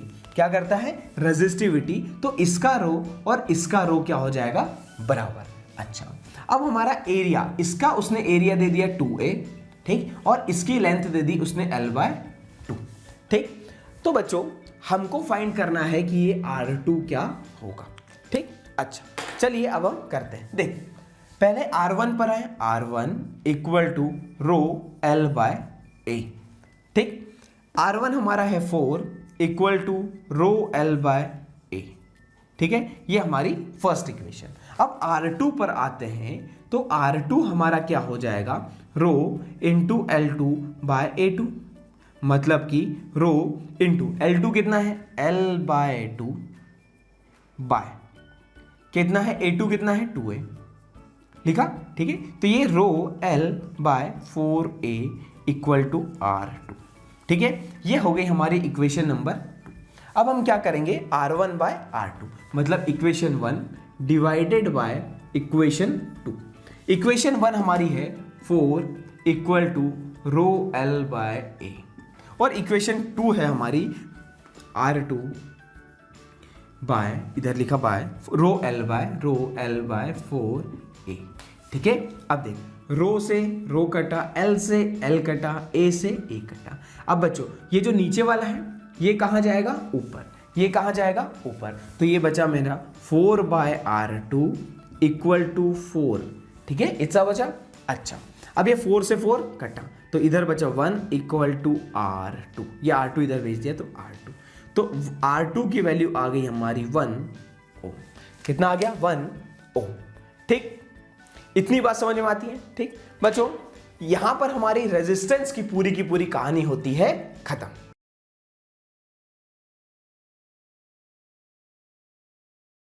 बच्चों मान लो कि हमारे पास 2 पाइप हैं, ठीक है, और हमको एक जगह से दूसरी जगह पर पानी लेकर जाना है, जैसे यहां से यहां लेकर जाना है। तो पाइप को कनेक्ट करने के 2 तरीके हो सकते हैं।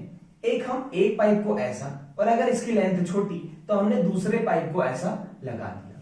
इससे हमारा पानी यहां से यहां चले जाएगा। ठीक है, देखो जितना पानी ऐसा फ्लो होगा, यहां से फ्लो होगा और यहां पर निकल जाएगा। ठीक, अब बच्चों ध्यान से अगर हम देखें तो हमारा सीरीज कॉम्बिनेशन भी ऐसा का ऐसा ही दिख रहा है कि एक रेजिस्टेंस ऐसे लगाया, फिर जहां पर पहला रेजिस्टेंस खत्म हुआ दूसरे रेजिस्टेंस को वहां से चालू कर दिया। ठीक, अब ऐसा भी हो सकता है कि पहला जो हमारा पाइप है ये छोटा है, दूसरा पाइप अगर हमारा बड़ा है तो क्या होगा, पहले पाइप के अंदर कम पानी होगा किसी भी पर्टिकुलर टाइम पर, है ना, और दूसरे पाइप में अगर वो लंबा है तो ज्यादा पानी होगा। ठीक, तो सेम होता है कि भाई ये जो रेजिस्टेंस है ना, इसमें भी अलग अलग वोल्टेज हो सकता है, इसमें भी अलग अलग वोल्टेज हो सकता है। लेकिन सोचो अगर पाइप में से इधर से जितने फोर्स से पानी जा रहा है, यहां से भी उतने ही फोर्स से पानी जा रहा होगा, मतलब स्पीड सेम होगी। ठीक, तो यहां पर क्या होगा कि जो हमारा करंट है ना, जितना यहां से जाएगा, ठीक है, जितना इस रेजिस्टेंस से जाएगा, समझो कि यहां से जो करंट जाना है वही यहां से भी जाएगा, क्योंकि इसके पास बीच में कोई और रास्ता, कोई और पाथ तो नहीं है ना कि ये अपना रास्ता भटक गया और कहीं से निकल गया। ठीक है, ये तो सीधा ऐसा का ऐसा आके अंदर वापस घुस जाएगा। ठीक है, मतलब कि जो हमारा करंट है सीरीज कॉम्बिनेशन में वो क्या रहने वाला है, सेम। ठीक, अच्छा दूसरी चीज कि जो हमारा ये पोटेंशियल डिफरेंस है, जैसे कि मैंने यहां बताया कि दोनों पाइप की लंबाई पर डिपेंड करेगा कि किसके अक्रॉस ज्यादा पानी है और किसके अक्रॉस कम पानी है। सेम ऐसा यहां पर भी होगा कि ये रेजिस्टेंस की वैल्यूज पर डिपेंड करेगा कि किसके अक्रॉस ज्यादा पोटेंशियल डिफरेंस है और किसके अक्रॉस कम है। तो हम हमारे कैलकुलेशंस के लिए मान लेते हैं कि R1 रेजिस्टेंस के अक्रॉस है V1 पोटेंशियल डिफरेंस और R2 रेजिस्टेंस के अक्रॉस है V2 पोटेंशियल डिफरेंस। ठीक, अब हमको करना यह है कि ये जो दो रेजिस्टेंस या दो पाइप लगाए हैं, इसकी जगह एक पाइप लगाना है, तो उसकी लेंथ निकालेंगे। ठीक, अब यहां पर क्या करेंगे कि ये जो दोनों रेजिस्टेंस है इसकी जगह हमको एक रेजिस्टेंस लगाना है। ठीक है, और उसकी वैल्यू निकालना है। तो हम सबसे पहले क्या करते हैं कि दोनों रेजिस्टेंस को हटा के एक R इक्विवेलेंट नाम का रेजिस्टेंस लगा देते हैं। ठीक है, बहुत बढ़िया सी चीज लगा दिया, ये V और करंट I, तो इसमें पोटेंशियल डिफरेंस V जाना चाहिए और करंट I जाना चाहिए। ठीक, अच्छा बहुत शानदार। अब हम क्या करेंगे, हम लगाएंगे ओम्स लॉ। देखो बच्चों, यहां पर अगर हम ओम्स लॉ लगाते हैं तो हमारा इसके across potential difference V1, current तो हमारा सेम रहेगा, तो हमारा V1 हो जाएगा I इंटू R1। ओके, अच्छा अब हमारा V2 जो है वो हो जाएगा I इंटू R2। देखो करंट दोनों में सेम है, करंट सेम है, रेजिस्टेंस की वैल्यू अलग, पोटेंशियल डिफरेंस की वैल्यू अलग। अच्छा अब अगर हम इसमें लगाएं कि एक ऐसा रेजिस्टर बनाया जिसमें पोटेंशियल डिफरेंस V और करंट I हो, तो इसमें ओम्स लॉ लगेगा V equals to I into RE। अब बच्चों एक चीज ध्यान से समझे कि मान लो इसके ये जो दो पॉइंट है, ये वाला और ये वाला, इसके अक्रॉस पोटेंशियल डिफरेंस है V। देखो बैटरी बीच में है तो V पोटेंशियल डिफरेंस। अच्छा अगर हम ये पॉइंट ऐसे से दूर जाए तो देखो ये वाला वायर तो यहां तक सेम है, ये वाला भी यहां तक सेम है, तो पोटेंशियल डिफरेंस सेम। अच्छा अब हम यहां से ऊपर आए, देखो ये वायर भी सेम है, ठीक है, तो पोटेंशियल डिफरेंस यहां पर भी V। ठीक, तो हमने देखा कि ये पॉइंट और ये पॉइंट के बीच में पोटेंशियल डिफरेंस कितना है, V। पोटेंशियल डिफरेंस कितना है, जितना बैटरी का है, लेकिन बीच में हमारा ये बट गया है। ठीक, तो जितना जितना ये बटा है उसको अगर हम जोड़ लें, उसको अगर हम जोड़ लें तो हमारा पूरा का पूरा पोटेंशियल डिफरेंस जो कि बैटरी का है वो आ जाए। तो हमने क्या लिखा, जो हमारा V है इस बैटरी का, ये किसके बराबर है, V1 plus V2, V1 plus V2। ठीक, तो अब हम V की जगह वैल्यू पुट करें I into RE, I into RE। Okay fine, और V1 की जगह रखा I इंटू R1 और V2 की जगह रखा I इंटू R2। बहुत बढ़िया, समझ में आता है। अच्छा अब I यहां से कॉमन हम ले सकते हैं, चलो हमने I को कॉमन लिया, बचा बीच में R1, प्लस आर टू। ठीक है फाइन। अच्छा, ये आ गया हमारा आई इंटू आर ई। दोनों साइड आई से आई कटा तो हमारा सीरीज का आर इक्विवेलेंट आ गया R1 प्लस R2। अगर ऐसे कई सारे रेजिस्टेंस लगे रहते ना, जैसे 4 लगे रहते, तो हम क्या करते R1 plus R2 plus R3 plus R4 add कर लेते। ठीक। अच्छा, अब एक चीज और समझ कि मान ले मैंने यहां पे 3 ऐसे रेजिस्टेंस लगा दी। ठीक है, एक 2 ओम का है, एक 4 का और एक 6 ओम का। ठीक। अब मेरे को इसका R इक्विवेलेंट निकालना है, तो मैंने लिखा R equivalent equal to R1 plus R2 plus R3। ठीक है, तो आप R1 की जगह हमने रखा 2, R2 की जगह हमने रखा 4 और R3 की जगह हमने रखा 6। 4 प्लस 2 6 प्लस 6 12 ओम। अच्छा, ये तो आ गया, चल ठीक है। लेकिन इससे हमने सीखा क्या? इतना छोटा क्वेश्चन देने का कोई ना कोई तो कारण होगा ना। अच्छा, देख बेटा कि ये है 2 ओम का, ये है 4 ओम का और ये है 6 ओम का। ठीक। तो जब हमने इसकी जगह एक रेजिस्टेंस लगाया Re, तो इसकी वैल्यू आ गई 12 ओम। मतलब कि ये जो इंडिविजुअल वैल्यूज थी ना, इससे भी ज्यादा वैल्यू है। ठीक है, इंडिविजुअल में जो सबसे बड़ा वैल्यू था उससे भी ज्यादा वैल्यू Re की आ रही। ठीक है, मतलब कि जब भी हमको रेजिस्टेंस को अगर बढ़ाना है तो हम किसमें कनेक्शन करेंगे? सीरीज। ठीक है, इतनी बात समझ में आती है आपको? ठीक। अच्छा,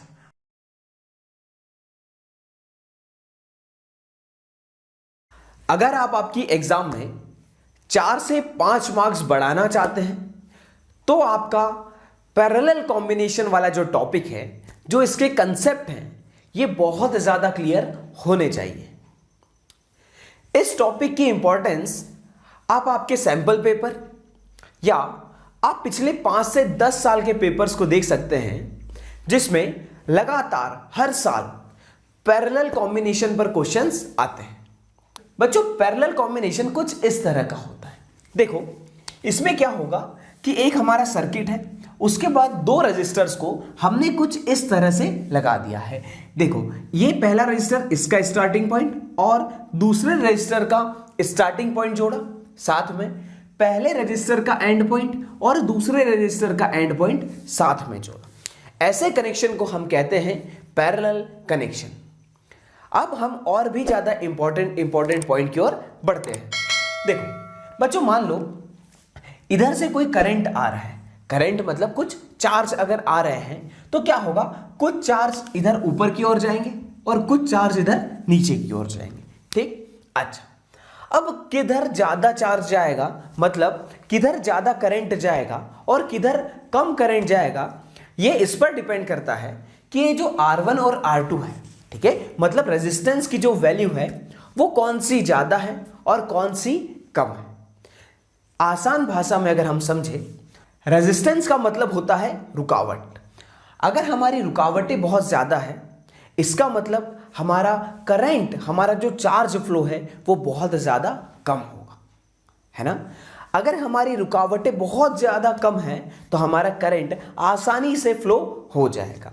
मतलब दोनों में करंट क्या रहेगा? अलग अलग। तो पैरेलल कॉम्बिनेशन में हमारा जो करंट होता है ये अलग अलग होता है। साथ में इसकी सबसे इंपॉर्टेंट ऐसी एक खूबी है जिसके कारण ये हमारी दुनिया के सारे घरों के अंदर जो यूज हो रहा है वो होता है पैरेलल कॉम्बिनेशन। वो इसलिए क्योंकि अगर हमने एक पोटेंशियल डिफरेंस लिया ना V वोल्ट का, तो हर एक रेजिस्टेंस के अक्रॉस ये रहेगा V वोल्ट। कितना रहेगा? V volt. इसका फायदा देखो बच्चों कि अगर हमारे घर में एक फ्रिज है और एक टीवी है तो हम दोनों को साथ में चला सकते हैं और दोनों के दोनों 220 वोल्ट आसानी से खा रहे हैं। ठीक है, तो देखो अगर हमने यहां पर V वोल्ट लिया तो R1 को भी V वोल्ट मिलेगा और R2 को भी V वोल्ट मिलेगा। अच्छा, अब पैरेलल कॉम्बिनेशन कहना चाहता है कि अगर मैं इन दोनों रेजिस्टेंस को हटाकर एक दूसरा सिर्फ सिंगल रेजिस्टेंस लगाऊं, ठीक है, एक ऐसा सिंगल रेजिस्टेंस लगाऊं और सेम बैटरी को यूज करता हूं और मेरा करंट भी सेम I आना चाहिए, ठीक है, तो इस रेजिस्टेंस की वैल्यू मैं आरपी लिख देता हूं और हमको आरपी को फाइंड करना है। बहुत आसान सा डेरिवेशन है, उसको हम देखते हैं। चलो सबसे पहले I1 निकालते हैं। तो ओम्स लॉ से I1 आएगा V बाय R1, क्योंकि V इक्वल टू IR हमारा ओम्स लॉ होता है। ठीक, ऐसे ही हमारा I2 आएगा V bye R2, V bye R2। यहां से हम I निकाल लेंगे, I हो जाएगा हमारा V बाय आर पी। ठीक, अच्छा अब देख कि जो हमारा करंट I है वो ये I1 और I2 में बटा है, मतलब I equal to I1 plus I2। भाई जितना करंट यहां से आएगा, ठीक है, वो इन दोनों में बढ़ गया। ठीक है, अब जो ये I2 मान ले कुछ है और I1 कुछ है, ठीक, तो दोनों का सम क्या होगा, देख यहां से I1 निकलेगा और यहां से I2 निकलेगा और यहां पर भी ऐसे आ गए। अब यहां पर इनको इधर जाना है तो I कितना हो जाएगा, I1 प्लस I2। देख ये दोनों आके इधर जोड़ के इधर जाएंगे तो I1 प्लस I2 क्या हो जाएगा, I। तो हमारा I हो गया I1 प्लस I2।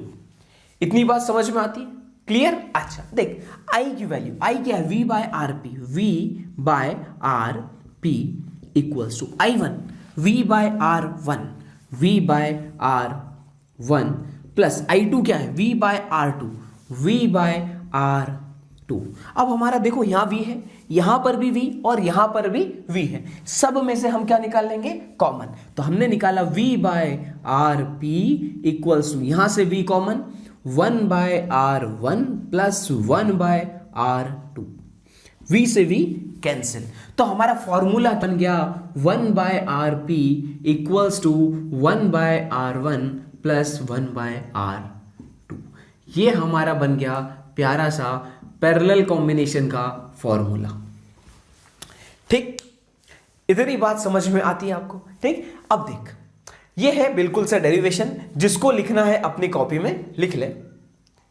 अच्छा अब हम इस पैरेलल कॉम्बिनेशन के आगे, इसका इंपॉर्टेंस ऐसा है, इसका इंपॉर्टेंस ऐसा है कि यार लाखों करोड़ों अरबों लोग इसको यूज कर रहे हैं अपने घर के अंदर, इतनी ज्यादा खासियत है इसके अंदर।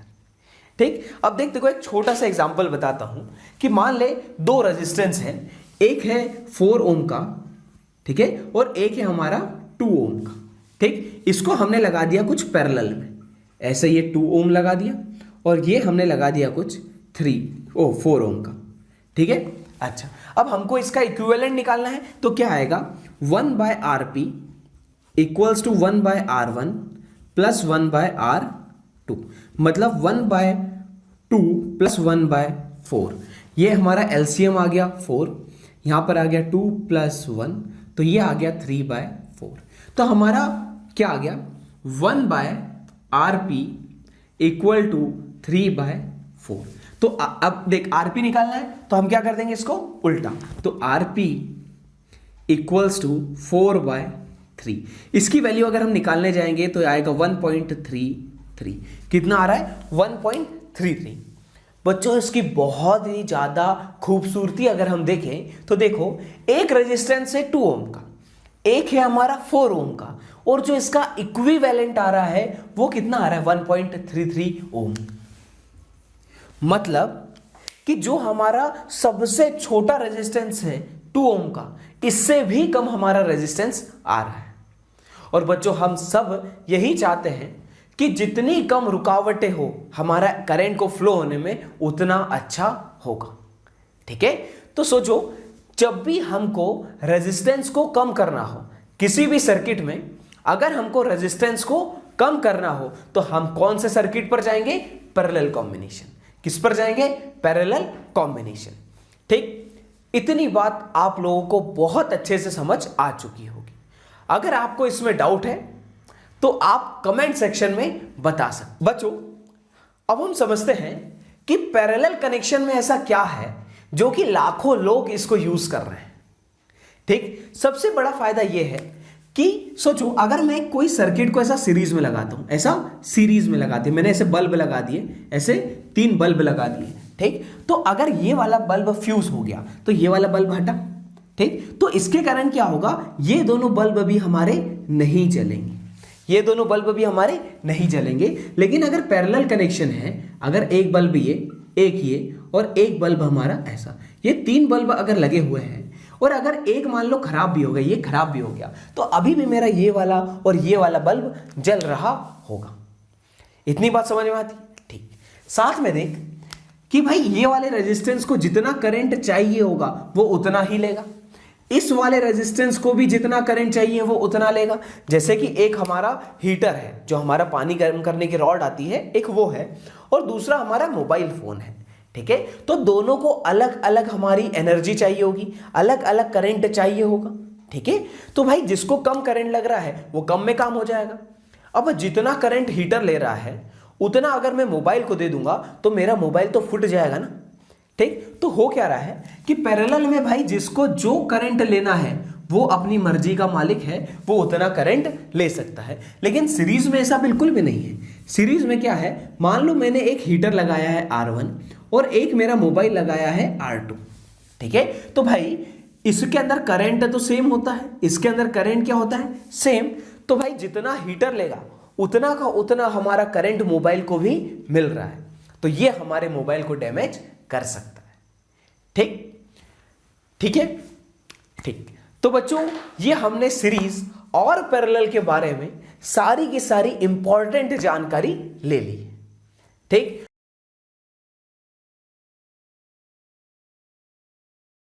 क्या आप जानते हैं कि जो हमारा मोबाइल चार्जर है, जो हमारा मोबाइल है, हमारा फैन है, इलेक्ट्रिक बल्ब है, ये सब हीट प्रोड्यूस कर देते हैं। क्या इसके पीछे के फंडे को आप जानते हैं? और कई बार ऐसी हीट जो इलेक्ट्रिसिटी के कारण पैदा हो रही है वो हमारे बहुत काम आ जाती है। जैसे कि इलेक्ट्रिक आयरन में, जिससे हम बढ़िया से हमारे कपड़ों को प्रेस करते हैं।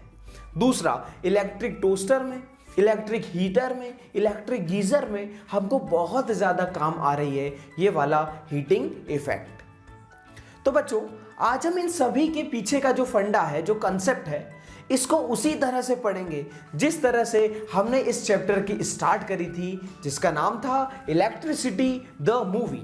और इस मूवी का हमारा हीरो था हमारा चार्ज, और आज ये कहेगा कि मैं लड़ेगा। साथ में हम देखेंगे कि हमारे जूल्स लॉ क्या कह रहा था, ये हीटिंग क्यों हो रही है, कब कितनी ज्यादा हीटिंग होगी, कब हमारी कम हीटिंग होगी। ठीक बच्चों, हम फिर से चलते हैं हमारे हीरो, हमारे चार्ज के पास। बच्चों आज हमारा चार्ज उसकी आखिरी लड़ाई लड़ने जा रहा है, और जब कोई हीरो कोई लड़ाई लड़ने जाता है तो बहुत सारी रुकावटें आती है, बहुत सारे लोग उसको रोकने की कोशिश करता है, बहुत सारे लोगों से वो टकराता है। और जब बहुत सारे लोगों से टकराता है, बहुत सारे लोग उसको रोकने की कोशिश करते हैं, तो हमारा हीरो उसकी एनर्जी को लॉस कर देता है, उसकी एनर्जी किसी न किसी फॉर्म में लॉस हो जाती है। सेम हमारे चार्ज के साथ भी हो रहा है। जब वो उसकी लड़ाई लड़ने जाता है तो बीच में कई सारे दुश्मन उसको मिलते हैं, कई सारे उसके जैसे लोग मिलते हैं जिनसे वो टकराता है और अपनी एनर्जी को लॉस कर देता है। और ये एनर्जी इलेक्ट्रिसिटी चैप्टर में लॉस होती है in the form of heat. और बच्चों ये लॉस कई बार हमको बहुत ज्यादा बहुत अच्छे फायदे देकर जाती है, जिसका जिक्र इसी लेक्चर में हम एंड में करने वाले। तो आइए सबसे पहले हम हीटिंग इफेक्ट के अंदर जानते हैं कि कितनी हीट हमारी बनेगी और कैसे इसको कैलकुलेट किया जाता है। बहुत ध्यान से समझना, बहुत बढ़िया चीज। बच्चों मान लो कि ये हमारा एक वायर है, ठीक है, इसके अंदर कुछ रेजिस्टेंस R होगा, बिल्कुल बात होगा। ठीक, मान लो इसके एंड के अक्रॉस जो पोटेंशियल है वो है V। कितना है? V। और इसके अंदर से Q चार्ज फ्लो हो रहा है, तो हमारा पोटेंशियल क्या होगा? Work done by charge. और अगर आपको ये फॉर्मूला नहीं पता है, इस चीज का कंसेप्ट नहीं पता है, तो आप हमारा इलेक्ट्रिसिटी का पोटेंशियल डिफरेंस वाला लेक्चर देख सकते हैं, आपको सारी चीजें क्लियर हो जाएगी। ठीक, अच्छा, तो हमारा पोटेंशियल डिफरेंस होता है work done in moving a unit charge. ठीक है, तो वर्क डन बाय चार्ज आया। अच्छा, अब हमारा जो पावर होती है, जो हमारी पावर होती है, ये होती है वर्क डन या energy per unit time. Energy per unit time, किस रेट से हमारी एनर्जी डेसिपिएट हो रही है। ठीक, अब देखो यहां से अगर मैं वर्क निकालूं तो ये मेरा Q इधर जाएगा तो ये बचेगा V Q। क्या बचेगा? V Q। ओके, मैं वर्क की जगह लिख देता हूं V Q। तो हमने लिखा V Q by T। V को मैंने सेम रहने दिया और Q by T, Q by T। तो बच्चों Q बाय T होता है हमारा करंट, करंट होता है हमारा Q बाय T। अगर आपको ये भी नहीं पता तो आप बिल्कुल एकदम शांति से हमारा इलेक्ट्रिसिटी उसके बाद करंट वाला जो लेक्चर है उसको देखिए, आपको सारी चीजें क्लियर हो जाएगी। अच्छा, तो हमने लिखा भाई V I, Q by T को मैंने क्या लिख दिया? I। तो पावर हमारा हो गया V I, पावर क्या हो गया हमारा? V I। बहुत ज्यादा इंपॉर्टेंट फॉर्मूला है। अब मेरी जो एनर्जी होती है, ठीक है, मेरी जो एनर्जी होती है ये क्या होती है? पावर इनटू टाइम, यही होती है मेरी एनर्जी। क्योंकि देख पावर क्या होता है? Energy by time. तो टाइम इधर गया तो एनर्जी आ जाएगी पावर इनटू टाइम। ठीक, अब देख तो मैंने लिखा पावर की जगह लिखा वी आई और टाइम की जगह लिख दिया टी। तो मेरा एनर्जी, और ये हमारी हीट एनर्जी है। कौन सी एनर्जी है? Heat energy. अच्छा, आ गई आग, आ गई आग। ये देख टेढ़ा लिखा है, बिल्कुल एकदम आग है। VIT किसी कॉलेज का नाम नहीं है, सिंपल फॉर्मूला है। ठीक है, V for potential difference, I for current, और T कितने टाइम तक हमारा करंट यहां पर फ्लो या इस वायर के अंदर फ्लो किया गया। ठीक, अच्छा अब बच्चों हमने एक और फॉर्मूला पढ़ते आए हैं हम ओम्स लॉ से, V इक्वल टू IR। क्या पढ़ा है? V equal to IR। क्या मैं इस V की जगह IR पुट कर सकता हूं? ध्यान से देख, H इक्वल टू V की जगह मैंने लिखा IR, सेम मेरा I की जगह I लिखा और T की जगह T लिखा। ठीक है, अच्छा देख क्या होगा? IR into I into T। ये I इंटू I हो जाएगा I square R into T। ये हो गया मेरा क्या? हीट। यही वो इंपॉर्टेंट सा फॉर्मूला है, यही वो लॉ है जिसको हम पढ़ने वाले हैं, जूल्स लॉ। ठीक बच्चों, पावर हमने पढ़ा VI, हीट हमने पढ़ा VIT, और हमने हीट एक और पढ़ा I square R into T। ठीक, ये है हमारा जूल्स लॉ। क्या है? Joules law. ठीक बच्चों, जो हमारा पावर होता है ना, पावर, इसकी SI यूनिट होती है क्या? वॉट। क्या होती है? वॉट। हीट की क्या होती है? जूल। ठीक, हीट की एनर्जी वो SI यूनिट क्या होती है? जूल। बच्चों इसका हम एक और फॉर्मूला लिख सकते हैं, जैसे कि हमने V की जगह यहाँ पे IR रखा था, यहाँ पे हम I की जगह रख देंगे। क्या लिखेंगे? हीट इक्वल टू VIT होता है। I की जगह मैं लिख दूंगा V by R, by Ohm's law, simple. तो मैंने लिखा V into V by R into T। तो ये हमारा हो जाएगा V square by R into T। क्या हो जाएगा? V square by R into T। ठीक, तो एक फॉर्मूला हमारा हीट का ये हो। ठीक, अब हम सिर्फ जूल्स लॉ देखने वाले। क्या देखने वाले? Joules law. देख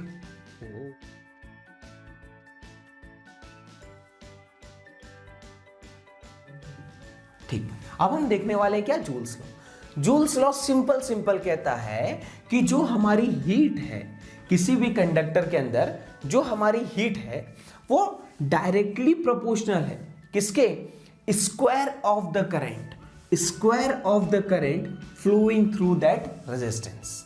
कि जैसे कि ये कोई रेजिस्टेंस है, ठीक है, इसमें से कितना करंट फ्लो हो रहा है इसके स्क्वायर के प्रोपोर्शनल है। ठीक, दूसरा, heat is directly proportional to resistance of the given circuit. मतलब ये जो सर्किट जिसका हम हीट निकाल रहे हैं, ठीक है, इसके रेजिस्टेंस पर डिपेंड करेगा कितनी हीट होगी।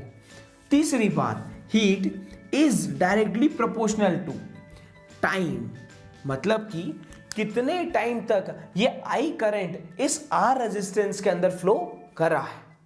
ठीक है, तो हमारा क्या आ गया, हीट को अगर हम जनरलाइज वे में लिखें तो heat is proportional to I square R T, और यहां पर प्रोपोर्शनलिटी को हटा के हम क्या लगा देते हैं, इक्वल्स टू। ठीक, तो हमारा क्या हो गया, H equals to I square R T. ये आ गया हमारा जूल्स लॉ। ठीक, मतलब अगर हमको कोई सर्किट दिया है, उसमें हमको करंट दिया है, हमको रेजिस्टेंस दिया है और हमको टाइम दिया है, तो हम क्या निकाल सकते हैं कि उस सर्किट के अंदर कितनी हीट प्रोड्यूस होगी। क्या इतनी बात आप लोगों को समझ में आती है? इस बोर्ड पर इस टॉपिक का पूरा निचोड़ लिखा हुआ है। अब हम एक बहुत ज्यादा इंपॉर्टेंट सा, बहुत अच्छा सा क्वेश्चन करने वाले हैं। क्वेश्चन कहता है 100 joule of heat is produced each second in a 4 ohm resistance, find the potential difference across the resistor. क्या कहना चाहता है, क्वेश्चन कह रहा है कि भाई जो हीट है वो कितनी दी है हमको, 100 जूल। ये कितनी देर में प्रोड्यूस हो रही है, 1 सेकेंड में। और हमको रेजिस्टेंस क्या दिया है, रेजिस्टेंस हमको दे के रखा है 4 ओम। हमको क्या निकालना है, पोटेंशियल डिफरेंस। ठीक, कोई दिक्कत नहीं। सबसे पहले हम सिंपल सा फॉर्मूला लगाएंगे, H equals to I square R into T. ठीक, हमको हीट पता है, आर पता है, टी पता है, आई नहीं पता ना, निकाल लेंगे। चलो इस फॉर्मूले को, आर और टी को इधर भेज दें, H by R T equal to I का स्क्वायर। ठीक, हीट की जगह कितना है 100, आर की जगह कितना है 4 और टी की जगह कितना है 1। रख दी वैल्यू, चलो 4 1 जा 4, 4 2 जा 8, बचा 2 और 4 5 जा 20। कितना आया मेरा, इक्वल टू आई स्क्वायर। मेरा आया 25 इक्वल टू आई स्क्वायर। ठीक, तो मेरा करंट आ गया 5 एम्पियर। कितना आ गया, 5 एम्पियर। ठीक है, अच्छा अब मेरे को क्या निकालना है, वोल्टेज। तो मेरा V equals to I R. V निकालना है, I हमारा आ गया 5 और R हमको दिया हुआ है 4, तो ये आ गया मेरा 5 4 जा 20 वोल्ट। ठीक, आसान है काफी, बस ऐसे ही क्वेश्चन आने हैं तुमको एग्जाम में। ठीक, फोड़ सकते हो बच्चों। सबसे पहला हमारा heating effect of electric current का यूज है बल्ब। हमारा क्या, बल्ब। ठीक, बल्ब क्या होता है, इसके अंदर एक फिलामेंट होता है। क्या होता है, एक फिलामेंट होता है। ठीक है, अच्छा अब बल्ब का काम क्या होता है, हम इसके अंदर करंट देते हैं। ठीक, अब करंट देने के बाद क्या होता है, ये करंट क्या इस फिलामेंट से पास होता है, ये जलने लगता है। ठीक, और इसके अंदर हीट प्रोड्यूस होती है। हीट प्रोड्यूस होने के कारण हमको लाइट प्रोड्यूस होती है और वो लाइट हमको दिखाई देती है। ठीक है, तो मतलब इसके अंदर बहुत ज्यादा हाई टेम्परेचर प्रोड्यूस होता है। ठीक, मतलब मैक्सिमम जो एनर्जी है वो हीट के अंदर हमारी जाती है, उसके बाद वो कन्वर्ट होती है किसमें, लाइट। ठीक, तो बच्चों ये बल्ब है, इसके अंदर कुछ फिलामेंट ऐसा होना चाहिए जो बहुत ज्यादा टेम्परेचर, मतलब हाई टेम्परेचर पर भी मेल्ट ना हो, तो हम यूज करते हैं इसके अंदर टंगस्टन। टंगस्टन, ठीक है, हम क्या यूज करते हैं, टंगस्टन। इसका melting point approximately 3380 degree Celsius. सोचो 3380 डिग्री सेल्सियस, हमारा पानी 100 डिग्री सेल्सियस पर उबलने लग जाता है अच्छे से। अब क्या होगा, अगर इतना ज्यादा टेम्परेचर होगा तो इसके आसपास अगर कोई आता, कोई कीड़ा मकोड़ा आ जाता तो वो तो जल जाता।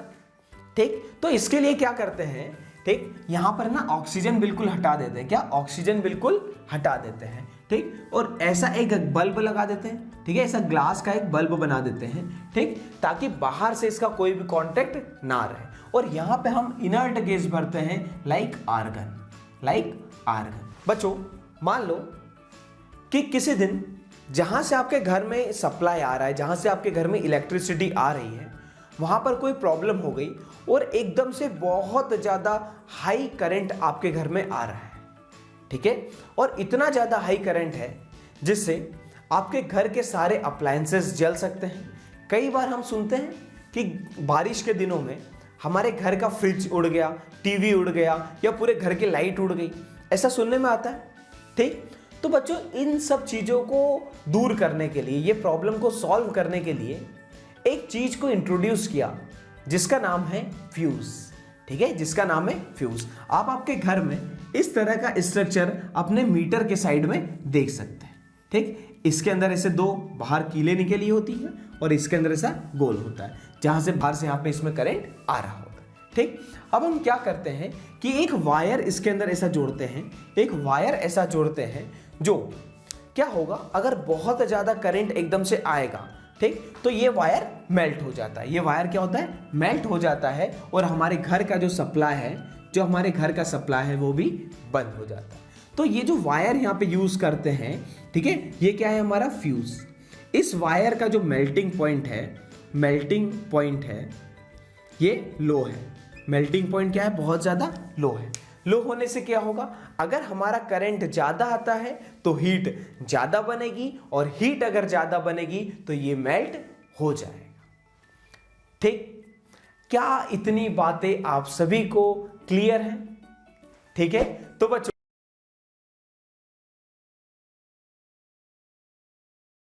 आप सभी के घर में इलेक्ट्रिसिटी का बिल पे किया जाता होगा। क्या आपने कभी सोचा है कि हम उस बिल में हम जो पैसे दे रहे हैं वो किस चीज के पैसे हैं? क्या हमने जो करंट यूज किया है उसके पैसे हम दे रहे हैं, या हमने जो वोल्टेज यूज किया है उसके पैसे हम दे रहे हैं? और अगर आप इसके बारे में नहीं जानते हैं तो आज के इस वीडियो में सारी बातें हम करने वाले हैं। हम ये भी जानेंगे कि भाई ये इलेक्ट्रिसिटी का जो बिल आता है ये कैसे कैलकुलेट किया जाता है। बच्चों आज हम पढ़ने वाले हैं इलेक्ट्रिक पावर। सबसे पहले हम स्टार्ट करते हैं इसकी डेफिनेशन से। इलेक्ट्रिक पावर, ठीक है, सेम डेफिनेशन है जैसी हमारी पावर की होती है। पावर हमारा क्या होता है, रेट ऑफ डूइंग वर्क। सबसे पहली डेफिनेशन हमने क्या लिखी, रेट ऑफ डूइंग वर्क। ठीक, तो हम पावर क्या लिखते हैं, वर्क डन बाय टाइम या एनर्जी बाय टाइम। तो यही होता है हमारा रेट, यही होता है रेट। ठीक, यही हमारा क्या होता है, रेट। ओके, हम सेकेंड डेफिनेशन पर जाते हैं, rate of consumption of energy. हम जो एनर्जी खा रहे हैं उसका रेट क्या है। जब भी हमको रेट निकालना होता है तो हम क्या करते हैं, डिवाइड में टाइम को पटक देते हैं। ठीक, अच्छा अगला देख, rate at which energy is dissipated और consumed in an electric circuit. मतलब हमारा जो एक इलेक्ट्रिक सर्किट होता है इसके अंदर कितनी एनर्जी कंज्यूम हुई या कितनी एनर्जी खर्च हुई, डेसिपिएट हुई। ठीक है, तो इसको हम क्या करते हैं, इलेक्ट्रिक पावर। क्या बोलते हैं, इलेक्ट्रिक पावर। इतनी बात समझ आती है। क्या लिखा है हमारा, power equal to work done by time. Okay, हमने एक चीज पढ़ी थी, potential equal to W by Q, है ना। पोटेंशियल डिफरेंस क्या होता है, work done per unit charge. तो हमने W की जगह यहां से लिख सकते हैं VQ। ये देख Q इधर जाएगा, VQ। अच्छा, अब ये VQ को यहां पे रखते हैं तो VQ बाय T, तो ये हो जाएगा VI। हमारा पावर क्या हो जाएगा, VI। पावर क्या हो गया, VI। ठीक है, इतना समझ में आता है। अच्छा, अब देख, ये जो पावर होती है ना, इसकी SI यूनिट होती है, इसकी SI यूनिट जो होती है ना वो होती है वॉट, जिसको हम ये भी बोलते हैं जूल पर सेकेंड। क्या बोलते हैं, जूल पर सेकेंड। ठीक, तो ये हमारी क्या होगी, पावर। अच्छा, अब बच्चों एक चीज है, power equal to energy by time, energy by time. अब हम यहां पर किसकी बात कर रहे हैं, इलेक्ट्रिसिटी की, तो एनर्जी कौन सी होगी, इलेक्ट्रिकल एनर्जी। तो एनर्जी हो जाएगी हमारी पावर इनटू टाइम। ठीक है, एनर्जी हो जाएगी हमारी पावर इनटू टाइम। ठीक, तो इसको हम पावर को और क्या लिख सकते हैं, VI। तो हमारी एनर्जी हो जाएगी VIT। ठीक है, इतना समझ में आता है। अच्छा, अब देख, पावर की यूनिट यहां से आ रही है वॉट और टाइम की यूनिट आ गई R। ठीक, अब सोच, जब हम वॉट को मेजर करते हैं ना, तो अगर मान ले 1 वॉट, 2 वॉट, 3 वॉट, ऐसा छोटा छोटा यूनिट है। अगर हमको बड़ी यूनिट यूज करना है तो हम वॉट की जगह लिखते हैं किलो वॉट। क्या लिखते हैं, किलो वॉट। इसको ऐसे लिखते हैं के डब्ल्यू, ठीक, मतलब 1000 watt. 1 kilowatt equal to 1000 watt. 1 kilowatt में कितने होते हैं? 1000 वॉट। देख मैंने एनर्जी क्या लिखा था, E equals to power into time, ऐसा लिखा था। अच्छा, अब देख पावर की यूनिट होती है वॉट और टाइम की होती है आर। अब जब हमको ये जो वॉट है ये बहुत बड़ी क्वांटिटी, जैसे 1000, 10,000, 20,000 यूज होता है, तो हम वॉट की जगह यूज कर लेते हैं किलो वॉट आर। क्या यूज करते हैं? Kilowatt hour. अच्छा, अब हम निकालते हैं 1 किलो वॉट आर, इसमें कितने जूल्स होते हैं, ठीक है। तो 1 किलो वॉट की जगह 1000 वॉट लिखा मैंने और आर को कर दिया सेकेंड में, 60 इंटू 60, तो ये हो जाएगा हमारा 36, 6 6 36, 2 0 और ये 3 0, 1 2 3, ये बन गया मेरा 3.6 watt second, sorry 3.6 into 10 to the power 6 watt second, जो कि हो जाएगा 3.6 into 10 to the power 6 joule. मतलब अगर मेरा 1 किलोवाट आवर एनर्जी यूज हो रही है, मतलब कि 3.6 into 10 to the power 6 joule energy में यूज कर चुका हूं। और बच्चों, हमारे घर में जो बिल आता है ना, उसमें लिखा रहता है 2 यूनिट, 10 यूनिट, 90 यूनिट, 100 यूनिट, ऐसा लिखा रहता है, ठीक है। जैसे केजरीवाल जी कहते हैं 200 यूनिट बिजली फ्री। ये यूनिट का मतलब क्या है? यूनिट का मतलब है 1 किलोवाट आवर। इतनी एनर्जी होती है 1 किलोवाट आवर, ठीक। अब उन्होंने बोला 200 यूनिट बिजली फ्री है, मतलब कि 200 किलोवाट आवर एनर्जी फ्री है। इतनी एनर्जी हम जब यूज करते हैं तब हमारा 1 यूनिट बनता है, ठीक है।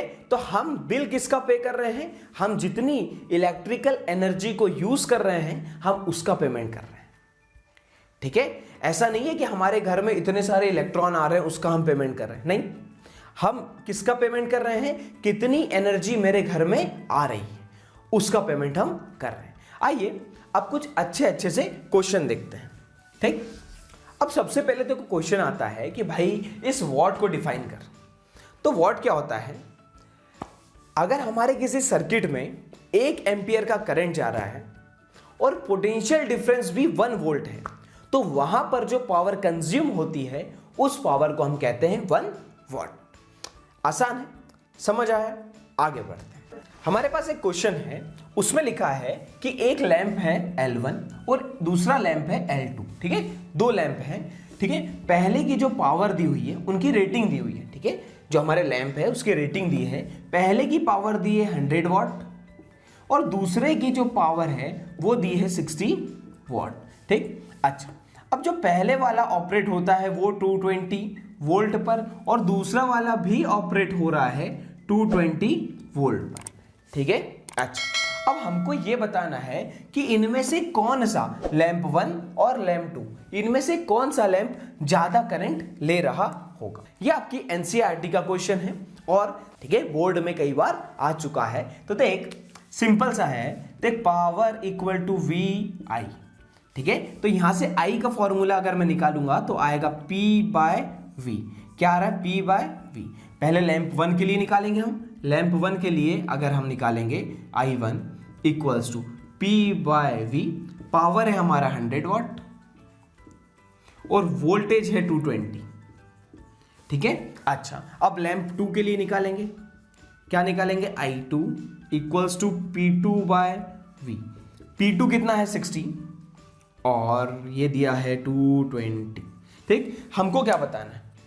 कौन सा लैंप ज्यादा करंट ले रहा होगा। भाई इसको डिवाइड करके क्या मतलब, नीचे दोनों में 220 है, ऊपर जिसका नंबर बड़ा वो वाला करंट ज्यादा। तो I1 जो है वो ज्यादा करंट ले रहा है, I1 टेकिंग मोर करंट, ठीक है। I1 क्या ले रहा है? हमारा ज्यादा करंट ले रहा होगा। क्या इतनी बात क्लियर है? अच्छा, अब एक क्वेश्चन हम देखते हैं जिसमें देखेंगे कि जो आपके घर का बिजली का बिल आ रहा है, ठीक है, ये किस तरह से निकाला जाता है। बच्चों, अब आपको एक नेक्स्ट क्वेश्चन दिया है जिसमें हमको कैलकुलेट करना है इलेक्ट्रिसिटी का बिल। देख, एक घर है जिसके अंदर सिर्फ एक फ्रिज है। अरे सर ऐसा घर कहां होता है, लेकिन है, मान लो एक घर है जिसमें सिर्फ एक फ्रिज है, ठीक, उसकी रेटिंग है 400 वॉट। एक बंदा है जो आता है, 8 घंटे बैठता है, फ्रिज चलाता है, बंद करता है 8 घंटे बाद और वापस चले आता है, ठीक है, पागल है, ठीक। अब उसके घर का बिल कितना आएगा ये हमको बताना है। अब हमको एक इंफॉर्मेशन और दी है कि भाई जो बिल आएगा वो कितने दिन के लिए आता है, 30 दिन के लिए, ठीक। और क्या दिया है कि जो रेट है, जो इलेक्ट्रिक बोर्ड है उसने एक रेट फिक्स करा है कि भाई 1 किलोवाट आवर के लिए हमको कॉस्ट कितना लगता है, 3 रुपए, ठीक। तो अब हमको कैलकुलेट करना है। सबसे पहले हम कैलकुलेट करेंगे कि भाई कितने किलोवाट आवर एनर्जी सामने वाले ने यूज करी है, ठीक। तो सबसे पहले हम क्या निकालेंगे, हमको उसने क्या दिया है, पावर दिया है, तो पावर इनटू जो टाइम होता है एनर्जी आ जाएगी, ठीक।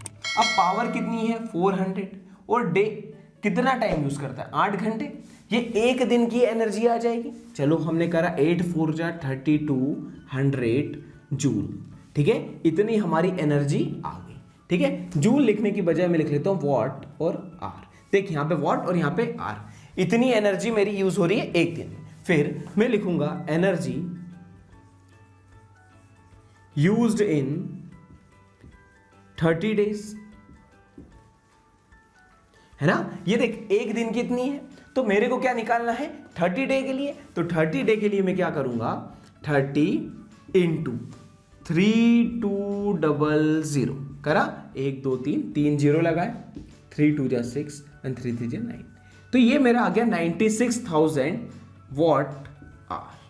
अब मेरे को इसको किस में करना है, जूल में करना है ना, तो मैं क्या करूंगा 96,000 डिवाइडेड बाय 1000, तो ये हो जाएगा मेरा किलोवाट आवर में, 1 2 3 1 2 3, तो मेरा आ गया 96 किलोवाट आवर।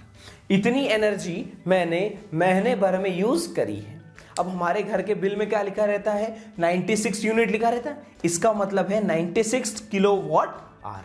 समझ आ रहा है। अच्छा अब रेट क्या है, 1 किलोवाट आवर के है 3 रुपए, देख 1 किलोवाट आवर इसके हैं 3 रुपए, हमको किसका निकालना है 96 का, तो मल्टीप्लाई 96 इंटू 1 दोनों साइड करेंगे तो इधर आ जाएगा 96 इंटू 3, ये हमारा कितना आ जाएगा 6 3 जा 18 9 3 26 20 288 रुपीज। तो हमारे घर का जो बिल है वो कितना आया 288 रुपीज। तो बच्चों अब हमारा ये चैप्टर यहां पर होता है खत्म, ठीक।